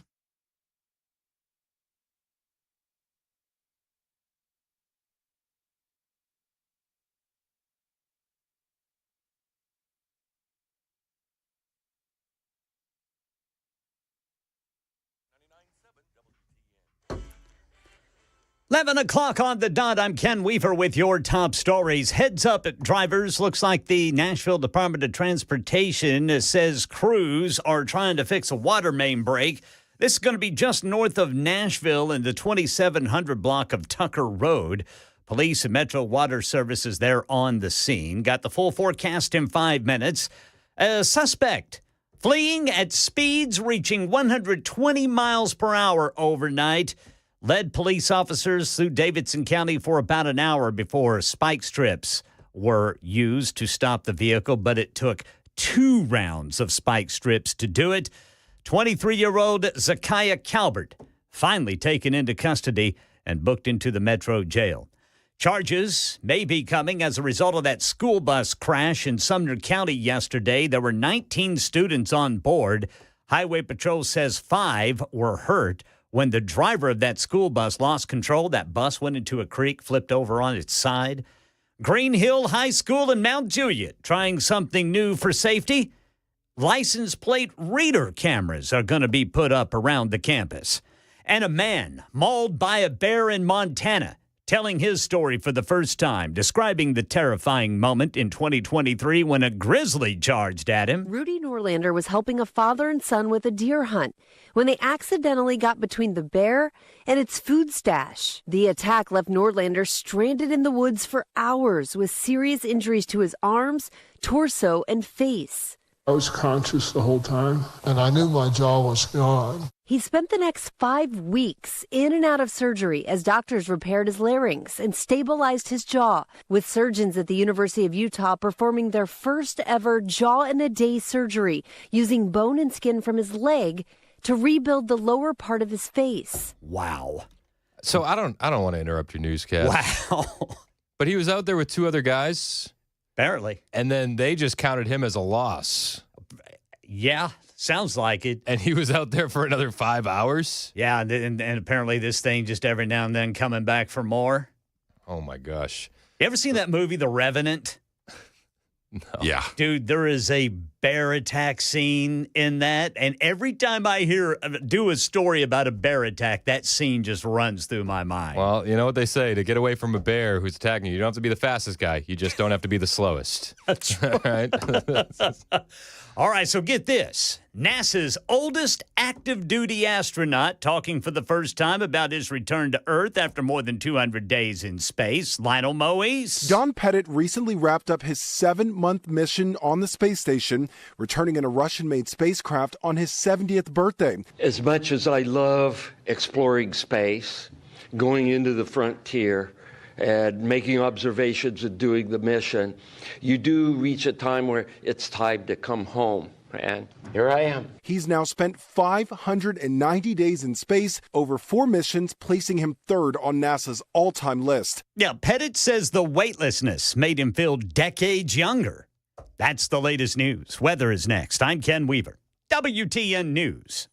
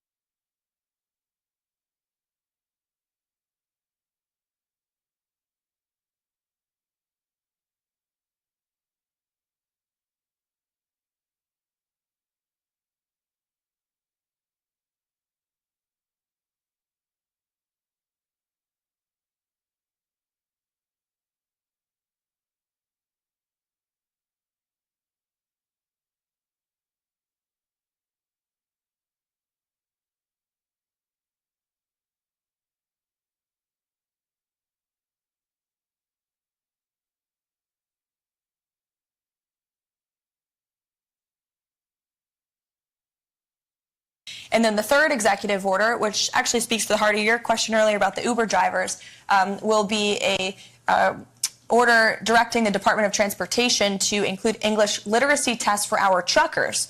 This is a big problem in the trucking community that, unless you're in that community, you might not know. But there's a lot of communication problems between truckers on the road, with federal officials and local officials as well, which obviously is a public safety risk. So we're going to ensure that our truckers, who are the backbone of our economy, Amen, are all able to speak English. That's a very common sense policy in the United States of America. So the president will be signing that later this afternoon. And signed it, he did. President Donald Trump closing a loophole, says you got to speak English if you want to be a trucker. You got to be speaking and reading English proficiently. Transportation Secretary Sean Duffy sat down with Breitbart for an exclusive interview, and he said federal law is clear. A driver who cannot sufficiently read or speak English, our native language, and understand road signs is unqualified to drive a commercial motor vehicle in America. However, President Obama sacrificed driver safety when he lowered the penalty for violators of the English proficiency rule on the road. This language requirement is in place for obvious reasons. Drivers, especially operators of heavy vehicles, need to understand critical traffic information like warnings for steep grades or dangerous conditions. Commercial drivers must also communicate effectively during essential inspections or emergencies, interact safely with law enforcement. This isn't complicated. It's basic common sense. Americans should not be forced to share the road with illiterate truck drivers, allowing anyone unable to read a stop sign or understand a police officer to operate a truck weighing up to 80,000 pounds directly threatens the safety of both your family and mine. I love that the Trump administration is doing this. I think it's about damn time. We've heard the horror stories, but I'm really interested on what you guys think inside the industry. And anecdotally speaking, we're the number one show for truckers. So when I ask you guys to call, you don't disappoint. Phone lines are absolutely full, 615-737-9986 if you want to weigh in on this. Let's go to Ken first, who's been holding patiently. What's up, Ken? Hey, Chris, what's going on, buddy? Not much, man. What do you think about this? Man, I love it. Dude, I've been trucking for over 32 years. It used to be a brotherhood out here. We might have did a little fighting amongst ourselves, but it was kind of like that Charlie Daniels song, "You outsiders best leave us alone." You know what I mean? And I had an experience with this same situation this morning in Indiana, delivering a load of lumber to a lumber yard. I walk up to the guy ahead of me, and I go to this lumber yard quite often, and I said, "Hey, man, you got to pull all the way to the end." He couldn't speak English. I pointed to the sign that says they unload you up there at the end past the railroad tracks because they had a feeder track going into their yard. Yeah. He didn't know what I was saying, so he gets his phone out and wants to translate with me. And normally, back in the day, first come, first serve, we respected each other. We didn't jump in line ahead of each other. These foreigners will come in and try to cut in line in front of you and stuff. So I just get in my truck, drive around him, go up in front of him, and unstrap my load because he is unstrapping away back in the back because we got flatbeds. I went up there, unstrapped my load, got unloaded, and he was still sitting back there wondering what to do because he couldn't read the sign. Dude, that's insane. Pull forward. Now, I mean, and the obvious thing is that this makes everybody less safe on the road. Well, absolutely. It does, man. I had one. Matter of fact, years ago when I used to go out west, I just stay regional around the southeast and Midwest now, but probably 10 years, wasn't even 10 years ago. I think it was 2018. I was out in Albuquerque, New Mexico, just out west of there, and one just rams into the side of my passenger side of my truck on I-40 going westbound, was headed towards California. Jeez. And dude just smashed into the right side of my truck, smashed my mirror all the way in, nearly broke my window, broke my mirror off. So, and he kept on going. That's insane. Of course, my wife ran with me back then. We ran team, so she got video of it, man. She got his tag and everything, and I couldn't catch him because he must have had a light load, and it's pretty big hills out there. Yeah. And, man, I was grossing 80,000, so I couldn't catch up to him, so I pulled over on the side of the road, called the local authorities, and gave him his company name. That's insane, Ken. That's insane, man. I'm glad you're all right, and I pray that you stay safe out there, brother. I appreciate the call. That's Ken on the road. Secretary Duffy in this article with Breitbart said the Federal Motor Carrier Safety Administration, the FMCSA, has documented cases of drivers whose inability to read our signs and speak our language contributed to fatal accidents. For example, in 2019, a semi-truck driver who couldn't speak English drove down a crowded highway at almost 100 miles per hour, blowing past several signs that warned of steep grades and dangerous curves. The driver ultimately hit multiple vehicles in a fatal crash, killing 4 and injuring others. In January of this year, fatal collision in West Virginia involved another non-English speaking driver who fled an accident. The driver who fled required an interpreter for post-crash investigation. That's unacceptable. The issue is simple. We're not putting up signs in any other language than English. We're requiring drivers to speak and read English as a bare minimum requirement. That's the floor. That is the bare minimum. It's the bare minimum. And the Democrats, they didn't want that to impede anybody not being able to speak English. Isn't that wild? It's wild. Brian in Nashville on this trucker story. What's up, Brian? Hey, bro, how y'all doing today? I'm good, man. How we doing? Oh, man, I'm just sitting here just trying to eat some lunch while I'm sitting on my break for a minute, but just kind of wanted to weigh in on the industry. Everything that everyone has said on every one of these phone calls is absolutely the truth. I have not heard one thing that I haven't seen in myself over 30 years of doing this. Not too long ago, I'm sitting up in southern Indiana, and I'm backed up to a dock, and I'm getting loaded. This truck comes creeping down, and I could tell the man, he's looking for an address. We do that sometimes. You can't always see the signs for the trees and whatever. It's always playing it in the way. But he pulls into the lot. He pulls up to me, walks up to me, and he can speak a little bit of English, but not evidently not enough, because he just puts his phone up in my face. So I'm looking at his phone. I know what he's doing. He's trying to find some place. I want to help the guy, right? But I look at the phone, and I see the address, and I tell him, yeah, you're on the right street, but you're in the wrong state. You need to be in Missouri. Wild. And I'm sure three states away from where you're supposed to be. And I'm sure that this isn't that you have multiple stories like this. This isn't your only story. Oh God, no! I can sit here all day long if you want to. It's crazy, man. But everything everyone has said so far is the truth, right down to the holes in the floor so they can use the bathroom. But that is a fact. I've seen that before myself. The wild thing is, though, is that and I don't know. This is from the outside looking in, but you truckers are a tough bunch. So you guys don't complain much. You guys are often forgotten about. Very, very seldom do people take a special interest in what's going on with truckers. And it seems like this administration is saying, no, we need to look out for you guys. And that's got to feel pretty good. Oh, it does. It does, because every year there's more and more regulation, which, and a lot of times that's a good thing, because you don't want guys out there driving up and down the roads, dead tired, sleepy-eyed, hanging their head out the door trying to get fresh air while driving down the interstate. You want those guys to get rest. So, we got paperless logs now. Almost every truck has computers in them now where you have to have, electronic logging and that sort of thing, and that's good. But sometimes they do all that regulation, but then they'll let someone who can't even read the damn road signs, excuse my language, who can't even read the road signs drive an 80,000-pound truck up and down the highway. Yeah, I mean, hey, the computer login system sounds great if you can read the computer login system. Yeah, I mean, I got one more real quick story if you want to hear it. Yeah, lay it on me. They passed, there's a guy in a red shirt driving a truck. He passes me on I-40 coming through Jackson, Tennessee. A few minutes later, he's real slow, and everybody's trying to get around him. And then all of a sudden, the truck runs completely off the highway, off the interstate. Luckily for him, it was a flat area. He runs off the road, gets off of the grass, comes back up onto the road, and as I'm passing him now, the guy in the blue shirt was the one driving. What? They switched seats while driving down the interstate. Oh, my gosh. On a crowded interstate, not out in the middle of nowhere, on a crowded interstate coming through Jackson, Tennessee. It was actually just past Jackson, coming back toward Nashville, where he runs off the road. The guy was wearing one shirt, the other guy was the one driving now.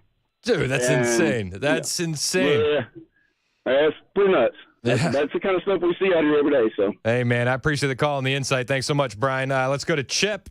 Chip in Lebanon. What's up, Chip? Hey, how's it going? Thanks for the call. First-time caller, long-time listener. Appreciate it, man. I've got a story for you. I've been an owner-operator, and I've been doing this for over 25 years. And with all these illegals and the ones that can't speak English are coming over here, and they're absolutely cutting the American people's throat. I mean, you've got to rob Peter to pay Paul out here. We were delivering the other night to a place in Knoxville, Tennessee, and this guy had very broken English, but you could make out that he was just cussing the United States left and right. Really? And we told him, said, if you hate it here so bad, why don't you go back home? He looks us dead in the face and says he can't. And we said, sure, a plane or a boat brought you here, it can take you back. He said, no, you don't understand. And we're like, what don't we understand? He says, your country paid me to come here. He said, they put me in a motel for 2 weeks. And after 2 weeks, he said, they sent me my CDL. Insane. He said 2 weeks later, they send me check to buy my truck. The federal government has never sent me anything to do anything with my trucking company other than me having to pay them for something that I need. Yeah, well, why But would they they? You're physically- an American citizen, Chip. You don't get those kind of benefits. But they gave him a truck and his license, and he just said he just couldn't leave. That's insane. I appreciate the story, Chip. Appreciate the call. Let's go to Billy on the road. What's up, Billy? Hey, appreciate you taking my call. Yeah, man, of course. In that previous caller, it's ironic that y'all having this. I'm at a stop here in Goodlettsville. A guy ran up to me with his phone in his face and was, asking me where this place was. And I said, you could read the bill, right? And he was like, no. And Wait, hold on 1 second, Billy. You're at a truck stop right now in Goodlettsville, and a truck driver who can't speak English just ran up on you with the Translate app. Is that what you're telling me? No, I'm at a stop. I'm at a dock. And he was looking for a particular address. Gotcha. And I thought he was joking at first because the building was right beside me where I was at. I said, can't you read that? He was like, no. He read it back in the phone again. He goes, I can't read. That's why I'm asking you. And I pointed at the building. I was like, but you can read a number that's not right there. And I noticed, he had 3 other Hispanics with him. So there was a total of 4 Hispanics in the truck, in this one truck.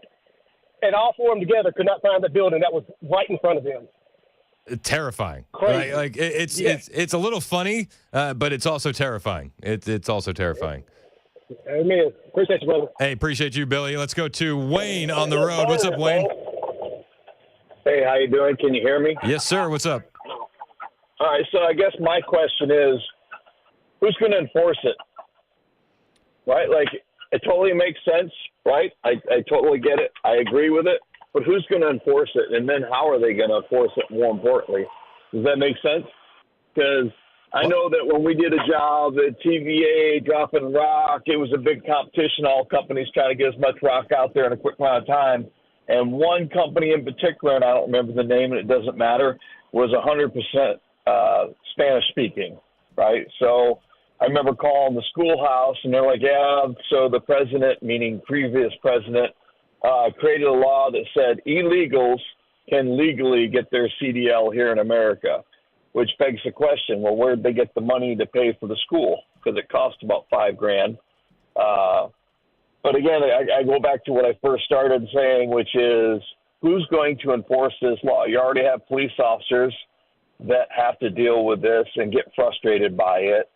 How are they going to enforce it? Are they going to pull the guy out and give him a ticket that he can't read? Are they going to take him to the court? Are they going to actually go to the company and find that particular company? So they said that the Department of Transportation is going to be tasked with implementing this policy, that TDOT, through its Federal Motor Carrier Safety Administration, will likely develop and administer an English literacy test as part of the CDL process or as a separate certification requirement. So a lot of this is going to be taking place before you even get your CDL. And then I would imagine on the back end, you're going to have Highway Patrol enforcing this as well. I know that in some states, I'm drawing a blank on which state's doing it. I want to say it's Arkansas, but it could be Missouri. But that Highway Patrol, they're essentially doing a reading and writing test right there at way stations. Okay. So according to Schoolhouse, because that was one of the questions I had, and this was over a year ago, they said that people had to take the test in English. So that kind of begs the question, how are all these people that can't speak the language taking the test? Yeah, Is somebody taking it for them? Yep. It absolutely begs that question. I don't have the right answer for you, but I'll definitely look for it, Wayne. And I appreciate the call. Let's go to Houston in Franklin. What's up, Houston? Hey, how you doing? Good, man. How are you? This may have been covered. I didn't hear the last couple of calls. But I was just wondering, who do you feel is responsible for letting these drivers on the road in the first place? Well, according to our Transportation Secretary, Sean Duffy, he said that this policy was relaxed under Obama in 2016, and then it was really relaxed under Joe Biden during the invasion during his administration. The invasion? Okay. Yeah. So you don't feel like the owners of the companies are responsible for this or should have some kind of insight into who they're hiring before they let them on the road? Yeah, no, personally, I definitely think that the owners of the companies should be held responsible for a lot of this. Now, it's hard to track some of these companies down on who's giving out the CDLs. I know that there are some addresses that you can find, especially in relation to that one illegal alien who was driving a truck hammered and killed 5 people. He got into like some random office that had, multiple shell corporations that were under the same roof, under the same address, and we're just essentially handing these things out like candy. So all of that needs to be reined in as well. But I do think that this is a good first step. Yeah, well, we have industries here in Nashville completely based on going after truckers who cause accidents. Right, it's a big deal, and I get on 65 here in Franklin. I almost get hit by a truck every time I get on. Are all those truckers illegal aliens, or are they Americans that don't know what they're doing? So the number that I saw was like 2 in 10. 2 in 10 can't speak English. Okay. So that's a pretty small number. That means the majority of the accidents are happening. How often do you see? But how often do you see 10 trucks on the road, on the highway? All the time. Yeah. So I mean, you zoom out, 2 in 10 doesn't seem huge, but when you're doing a drive, I come from Murfreesboro every day, down 24. I see 100 trucks, 200 trucks. So that's 20, 40 potentially. Illegal aliens who can't speak English driving a truck near me on the highway. That's a little bit dicier when you're talking about an hour and 15-minute commute. Well, for me, I still place it in the shoulders of the owners of the company. They know who they're hiring. They're letting those people out there.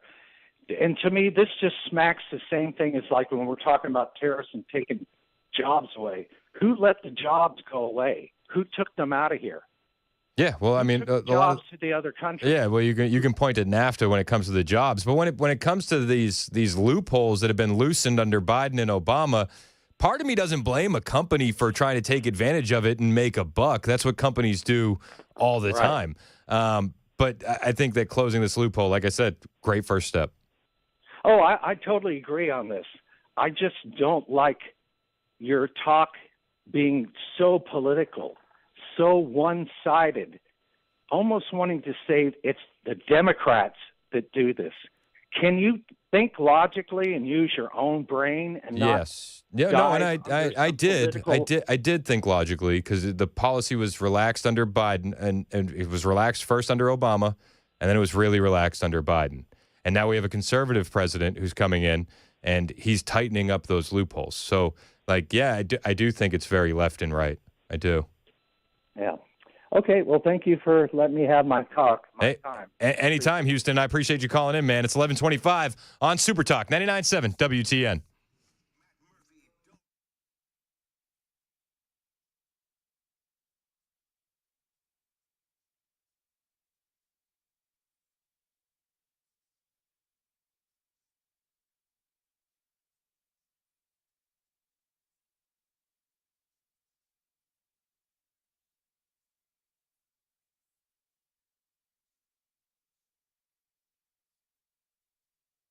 Hey, what's up? It's Chris Hand here for my friends at Busy Bee Plumbing, Heating, and Cooling. I love these guys, and they're going to save you some big money this spring. They have a lot of savings on rebates right now. You can get some serious cash back, $800 back on a mini split or 17-SEER heat pump, $500 back on a 15 or 16-SEER heat pump, $300 back for duct sealing or repair, and $50 back for each tune-up you schedule. Now, here's the move. This is your game plan, okay? You join the Beehive Club, and you get your spring tune-up. That lands you a $50 rebate, okay? Now, follow me. When fall rolls around, you do your fall tune-up. That'll land you another $50 rebate. That's $100 back. Your Beehive membership starts at just $99 per unit. Quick napkin math shows that you're actually making money by joining the Beehive Club. And Busy Bee makes it so easy for you to cash in on the rebates. They'll handle all the paperwork. And when you're a Beehive Club member, you get 3 annual tune-ups, 10% off all repairs, priority front-of-the-line service, no overtime or holiday fees, and a $100 annual accrued replacement credit, which maxes out at $1,000. That's Busy Bee Plumbing, Heating, and Cooling. Call them today, 615-775-7833, 615-775-7833, online, busybeehvac.com.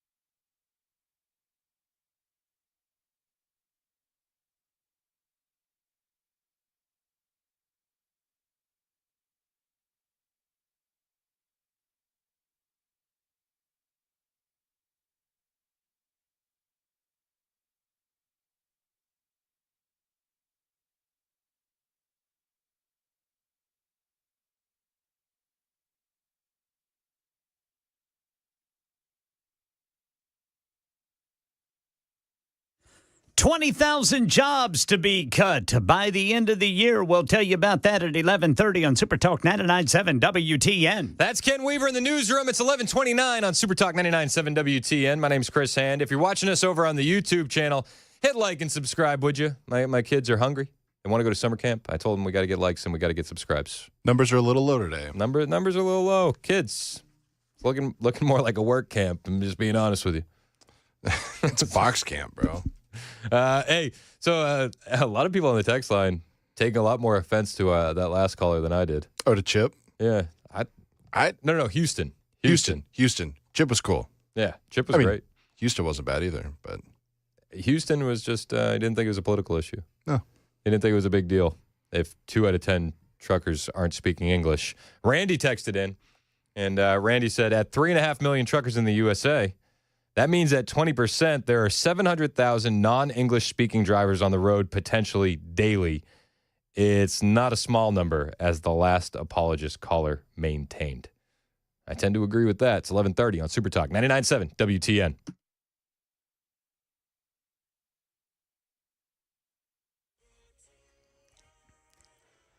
$11:30 on the dot. I'm Ken Weaver with your top stories. Drivers, we got a problem in Robertson County. It's a crash over on the left shoulder, 65 southbound, right before Orlinda Portland Highway 52, exit 117. It's stop-and-go traffic right there at the Kentucky-Tennessee state line.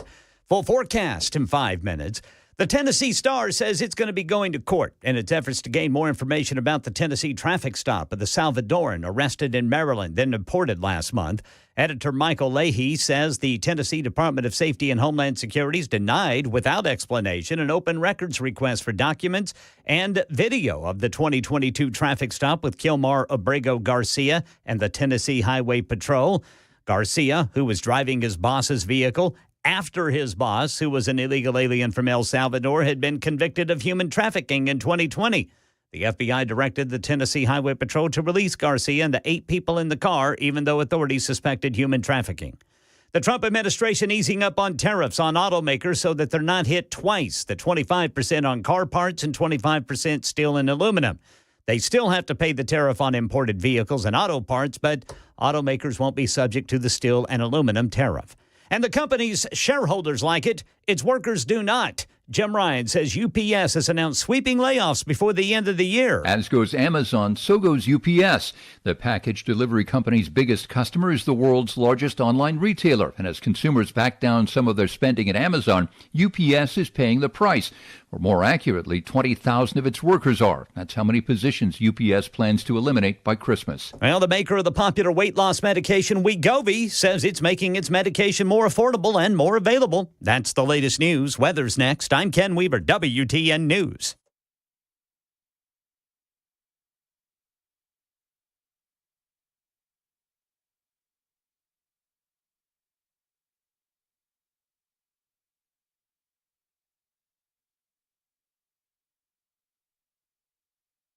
Hey, what's up? It's Chris Hand for my friends at United Structural Systems. You know them as USS. We got more rain coming to the area. Why haven't you fixed your waterproofing issue yet? Is it just that you're like most homeowners, and when we see those problems, we try to look the other way and pretend they're not there, and we try to ignore the warning signs? That's easy to do. I mean, a little water in the basement, damp walls after rain. You hope it'll just go away, and sure, it'll dry up.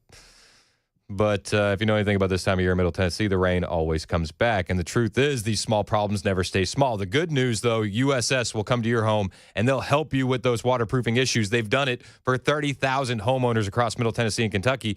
And they're not showing up with sales pressure. They're not showing up with a quota. They're showing up to give you peace of mind and create a custom solution for the problems at your home. Now, whether it's foundation repair or waterproofing, USS is going to stand by their work, and they're going to stand by their warranty, and they'll give you a lifetime guarantee. Even if you leave the home, the warranty can stay. That's how confident these guys are. So if you see the signs, if you notice waterproofing issues, don't wait. Call USS today. 615-488-7855. 615-488-7855. United Structural Systems, keeping homes dry and stable. USSTN.com.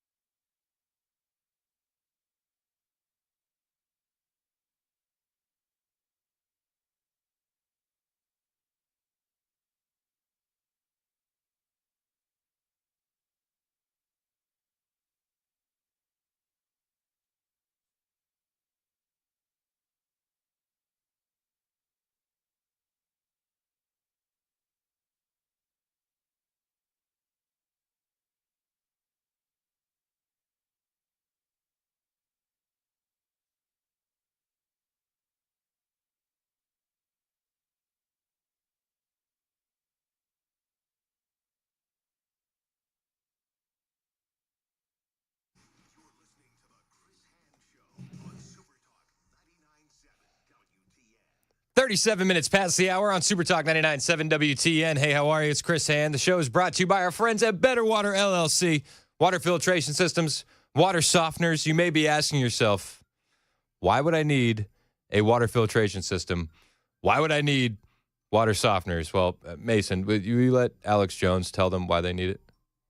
I don't like them putting chemicals in the water that turn the friggin' frogs gay. It's true. It's true. Betterwater.com. Love those guys. Obviously. Love those guys. I don't know why. It got unfunny for me for a little while, and now it's back to being funny again.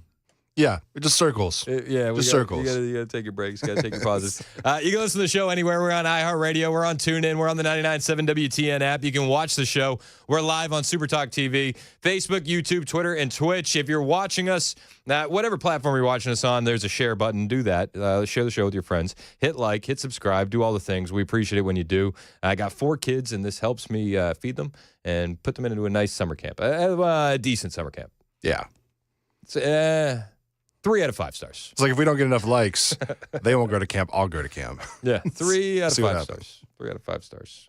That's where we're kind of aiming at currently, unless we get those likes and subscribes up. Yeah, we can hit 4 stars. Come on. All right, so the conversation that has kind of swept the station by storm has to do with an executive order that Donald J. Trump signed yesterday. Let's let Carolyn Levitt explain it. And then the third executive order, which actually speaks to the heart of your question earlier about the Uber drivers, will be a order directing the Department of Transportation to include English literacy tests for our truckers. This is a big problem in the trucking community that, unless you're in that community, you might not know. But there's a lot of communication problems between truckers on the road with federal officials and local officials as well, which obviously is a public safety risk. So we're going to ensure that our truckers, who are the backbone of our economy, are all able to speak English. That's a very common sense policy in the United States of America. So the president will be signing that later this afternoon. Yes, and I can hear the cries from the left. What a racist! What a bigot! How could he do this? He's literally Hitler. How could President Trump not want us to die on highways? The monster. He can't keep getting away with it. Yet we have a line full of callers of actual truckers in the industry who have been calling in nonstop, who overwhelmingly support this policy from Donald J. Trump. David, who's on the road, also a trucker. What do you think about this policy, Dave? I'm all for it. I got one from yesterday. I had a student call me from, 6 years ago. And I had a problem. I said, okay, what's wrong? Well, I was parked at a truck stop. I was sleeping. Another driver come back on my door, woke me up, because another driver already woke up. Somebody ran into my truck. I'm like, okay, what's the problem? Well, we got out and was talking to him. There's people that wear turbans. There was a younger guy and an older guy. And he said, I seen him hit your truck. They're trying to get away. She goes, can you go get him and stop him? Yeah, I go get him. So she goes and stops him. Over the changing of the driver's license and stuff, he hands the insurance document. No, that's not it. A bill rating. No, that's not. I need your driver's license. Couldn't understand the word English. She pulls hers out and shows him, I need this. He pulls it out. Now, granted, it's from California. On the license, it's what was the name? She says, you ain't going to believe this. That's okay. No name given. What? On the license? On the license, no name given. That's what you do. Well, I got the picture of the company, of the side of the truck. That's I got insane. A license.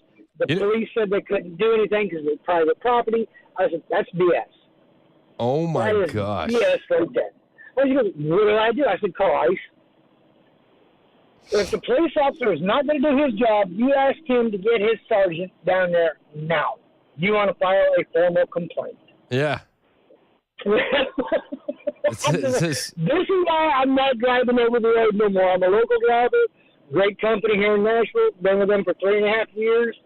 And, it's just like, man, you wonder why I don't drive over the road no more. Oh, my gosh. That's crazy, Dave. I appreciate the call, man. Let's go to Susan in Franklin. What's up, Susan? Hey, sorry. Thank you, Chris. Your content, again, I cannot believe how thorough and well-read you are. So grateful for you. Oh, I appreciate you. I'm grateful for you. I'm serious. Every time I tune into you, just a wealth of information. I'm just amazed and grateful.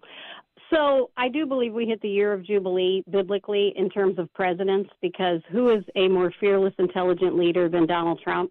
You can make the argument. Absolutely. I have followed him for 30 years. It's not new to me. The man is brilliant and he's intelligent. I've never seen a more fearless leader. Never. I'm 60. I've never seen a more fearless leader, and I can't believe how he has to deal with the constant attacks. But the scariest thing I just heard was the guy before the Houston guy that said, the foreigner said, I can't leave because your country paid me and bought me my truck. Yeah. Oh, yeah. See, that stuff doesn't even, like, I don't even bat an eyelash at it anymore. I mean, you can find articles where in states like California, they're giving down payments for homes for illegal aliens. We can find all sorts of stuff. Like, it doesn't even surprise me. Liberals have no argument. I can't even entertain. They insult my intelligence with their stupidity about how they hate Donald Trump and everything he's doing. But listen, I don't want to keep on the line because you have truckers on the line and they're more important. But thank you so much. Hey, I appreciate you, Susan. Let's go to Mike in Jackson. What's up, Mike? Hey, Chris, I appreciate you guys. Hey, appreciate you, man. Good morning. I get up at 4 o'clock. I put the app on, so I listen to you all day long. Let's go. I'm a pastor, local pastor there. I got 5 kids, and so this is my livelihood. I've done it for 30 years. I've gone from agricultural to now we call them milk runs. I got 5 stops. I'm in Murfreesboro every morning at 7 o'clock. But, hey, it's a different world out here than it was when I started. 2 stories real quick. First one was I was hauling cotton, and illegal got hired on. We did the same job. Got paid the same amount of money. He got free housing, free medical, free everything. And here I am, taking care of my family, and I got to pay for all that myself out of pocket. Yep. And the second thing is hauling there in Memphis. I was hauling containers out of the rail yard there. You get to a stop there. A guy of a different religion. He's Arab, and it's time to pray to Allah. He stops his truck in the parking lot there, bucks a whole line, gets out, puts his carpet out, does his little thing, and we're just sitting there and have to say, hey, what do we do? I'm behind Trump. I'm behind hey, let's sign him. Let's get it. Hey, we live in America. Hey, I served in the Marine Corps. Thank you. I'm proud of America. I hear you, Mike, and I appreciate the call, my man. Thank you so much, and thank you for your service. Let's go to Mark in Lebanon. What's up, Mark? Hey, I'm a retired state trooper out of California for 27 years. My last couple of years, I did commercial truck enforcement at facilities and mobile. But one of your callers talked about enforcement, and I wanted to say that every state has a state law that kind of lets the local and state officers enforce the federal code, federal regulations. And what I'm curious about is when Trump signs this, because this language, English language thing has been on the books for over 30 years. States like California don't adopt the federal regulations in its entirety. So if I got a guy who can speak English at a scale facility and I'm trying to do a truck inspection and he doesn't know how to turn the truck off or turn his headlights on or set his parking brake, I can't write it. I can't put it on a ticket and I can't cite it. In California. Other states, in California. But I can see an inspection report for every truck every time that truck's been stopped in 50 states, and I can read every inspection report. And I'll see a state like maybe Arkansas that have already cited this guy that says in the inspection report, cannot understand English, could not do this, and that. And those guys, my understanding is they can actually write that section as a citation and give it to them. So hopefully when Trump signs this, it filters down to California and forces Gavin to, because no Democrat governor in California would touch it since I think Schwarzenegger thought about it, but, he went by the wayside and they've never fully adopted it. So you want to talk crazy? I mean, California's got every language, every driver you can think of, and it's pretty scary. Some of these guys we deal with. Yeah, I can only imagine, man. And we're happy to have you here in Tennessee, Mark. And I appreciate the call and the insight. But even as Donald Trump does these common sense things, which a few years ago they would be like these kind of things would be laughed out of the room, right? Like a few years ago, if you said, "Hey." Imagine if I was born in 1988. Imagine if in 1989 they said, "Hey, we got to make sure that all of our truckers are speaking English." Everybody would say, "Well, yeah. Why are we wasting time on this?" Yet now this is going to be something controversial with the Democrats. And it doesn't really matter what Trump does. The Democrats are going to line up and they're going to do what they must do. In fact, we had one congressman, Congressman Sri Thanedar, a Democrat out of Michigan. He's a foreign-born congressman. He has just filed articles of impeachment for Donald J. Trump. This is Congressman Sri Thanedar. Donald Trump has already done real damage to our democracy, but defying a unanimous 9-0 Supreme Court ruling, that has to be the final straw. These Democrats are insane. So the first time I saw this, I didn't realize this was a real Congress rep. I thought what I was looking at, and my wife is sitting next to me, and she had the same thought. Is this SNL? Is this Jimmy Fallon in some makeup and a wig? No, it's not. This is actually a real congressional rep. Born in India, this Indian-born Congressman, Sri Thanedar, has introduced files to impeach Donald Trump. It's time we impeach Donald J. Trump. The court said the wrongfully deported Kilmer Garcia must be allowed to return and receive due process. Trump ignored it. Yeah, they say to facilitate the return, and El Salvador said no. It's really easy to follow and understand, unless you're a radical leftist activist Democrat. So, thanks for the articles of impeachment. I think it gets worse than that, though. J.B. Pritzker was at a podium yesterday. He found a podium his size, and he stood behind that podium, and well, he essentially called for not impeachment. He called for a repeat of the Summer of Love. In the times upon which history turns. Never before in my life have I called for mass protests, for mobilization, for disruption, but I am now.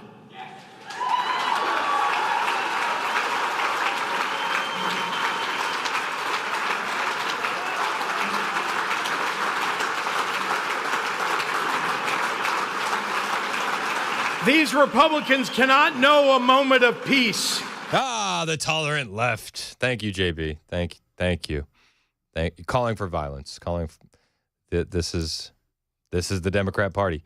They're filing articles of impeachment, and the governors are essentially calling for violence on anytime they get up to speak. That was J.B. Pritzker. Stephen Miller was asked about those comments from J.B. Pritzker. Well, what I would say is that his comments, if nothing else, clearly could be construed as inciting violence. Yep. So President Trump survived 2 assassination attempts against his life. Of course, there's been many more credible threats against President Trump and his family and associates. We've, of course, seen the spate of left-wing domestic terrorism all across this country. By the way, the destruction of property sits directly adjacent to attacks on humans and physical attacks. In other words, once you tolerate and once you allow for attacks on property, you're just a step away from people throwing Molotov cocktails into people's homes. He's right. And, he's talking about the attacks that we've seen on Tesla cars. Yeah, you are one step away from it getting far, far worse. And you've even seen some, I think one example of a formerly prominent Washington Post journalist who seemed to be celebrating the murder of a healthcare CEO. Taylor Lorenz. Right? Health insurance CEO. Yep. And that's the point we've reached in this country, where people are engaging in rhetoric and behavior that puts the lives of public servants in danger, puts the lives of conservative Americans in danger. And so that's the first thing I would say. And then, of course, secondly, right, just this war that Democrat governors and mayors are waging against federal law enforcement.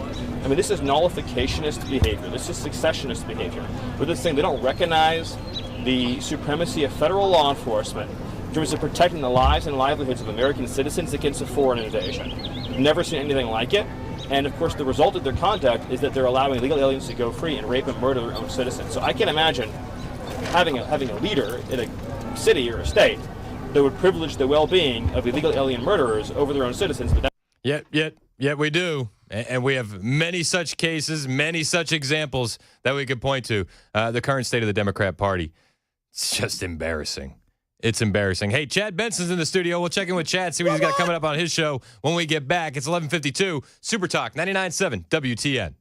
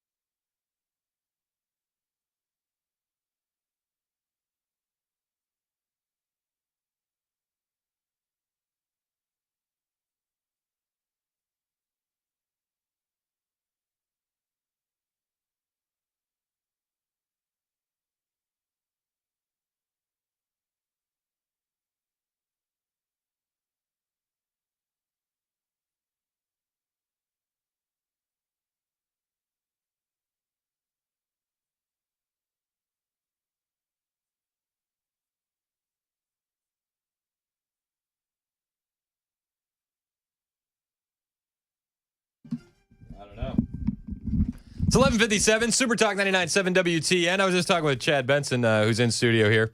Show's brought to you by Better Water LLC. Virginia Giuffre, the most high-profile Epstein client victim. Prince Andrew. Yeah. That's all you got to mention. She was the girl standing next to Prince Andrew. So they said she committed suicide. Yeah. Which I thought was suspicious as you know what. After she got hit by a car. And this is years after posting, I will never commit suicide on social media. I'm not suicidal. She got hit by a car, and then she committed suicide. Her lawyer is now saying that she was not showing signs of suicidal tendencies when she was meeting with her. She was in Australia, right? Is that where she was living now? Yep. Part of the Five Eyes, baby. It's a long reach. Would you put it past them? No, God, no. You know what? I wouldn't put it past anybody. Yeah. Right? You know, everybody talks about the Clintons. We're about the British royal family. But they're saying that days before she committed suicide, she was revealed by her lawyer reportedly positive and had plans for her future. Man, she was what, 40, 42, something like that? She was pretty young. Man, that's crazy. We're just still waiting for all that stuff to come out. Just keep waiting. I know. Did you see that DC Drano was in the new media seat yesterday during the White House press briefings? Ask a better. What was that question yesterday that guy asked? What do you think I should be covering? Well, he did. He asked about the Epstein files. He said, when do we expect to get these? My question is about the Epstein files. And a couple months ago, the DOJ released what they called phase 1 of the Epstein files. And they announced that a lot of those files, the remaining files, probably the bulk of the files, are actually in the New York field office. They requested that they be returned the day after. And some legacy media reports show that not only were those files returned to the DOJ, but that hundreds of FBI agents are going through them day after day and getting them ready for public release. Do you have any updates from the DOJ or the FBI on when those files are expected to be released? Good question. And also when we might start seeing some arrests of the client list? Sure. I can assure you that the Attorney General and her team at the Department of Justice are working on this diligently. For a specific timeline, I'd have to check in with them, and we can certainly do that for you, Rogue. So no answer. No answer. They're working diligently. Which means that there's a bunch of people on their side of the aisle that may be caught up in stuff. Friends and stuff, family, who knows what. And I'm like, just hang them all out. Like, let the public see what's in there. Who cares who's on the list? Like, put every name out there. Everything should be exposed. I'm fine with that, but, they'll CYA themselves. Yeah. Because that's what they do. You think we're ever getting them? No. We're never going to get we may get something. We're never going to get the answers that people want. No matter what we get from here on out, there'll always be more that we feel we didn't get. Same thing with JFK, RFK. There'll always be stuff that we feel we're not going to get because they've lied to us so much. Why are there never any good leakers? People will leak stuff, but never anything like this. I feel like if somebody could get in there and leak all these files, all the clients, they would be an absolute hero to the American public. But again, are you going to believe everything that comes out? No, it's hard to tell because then what if you're only leaking a portion of it? What if it came out that it was only Republicans? Everybody goes, oh, it's only Democrats. Where are the Democrats? What if it came out it was only Democrats? People are like, where's the... We're not going to get all the things we want because the powers that be are too strong. It sucks, but that's the reality of it. It's probably closest to the truth, right? And the good stuff's probably all burnt and gone for good. Fair. Chad's in next. He's gonna ruin your positivity like he ruined mine. Chad Benson on the way. It's Super Talk 99.7 WTN.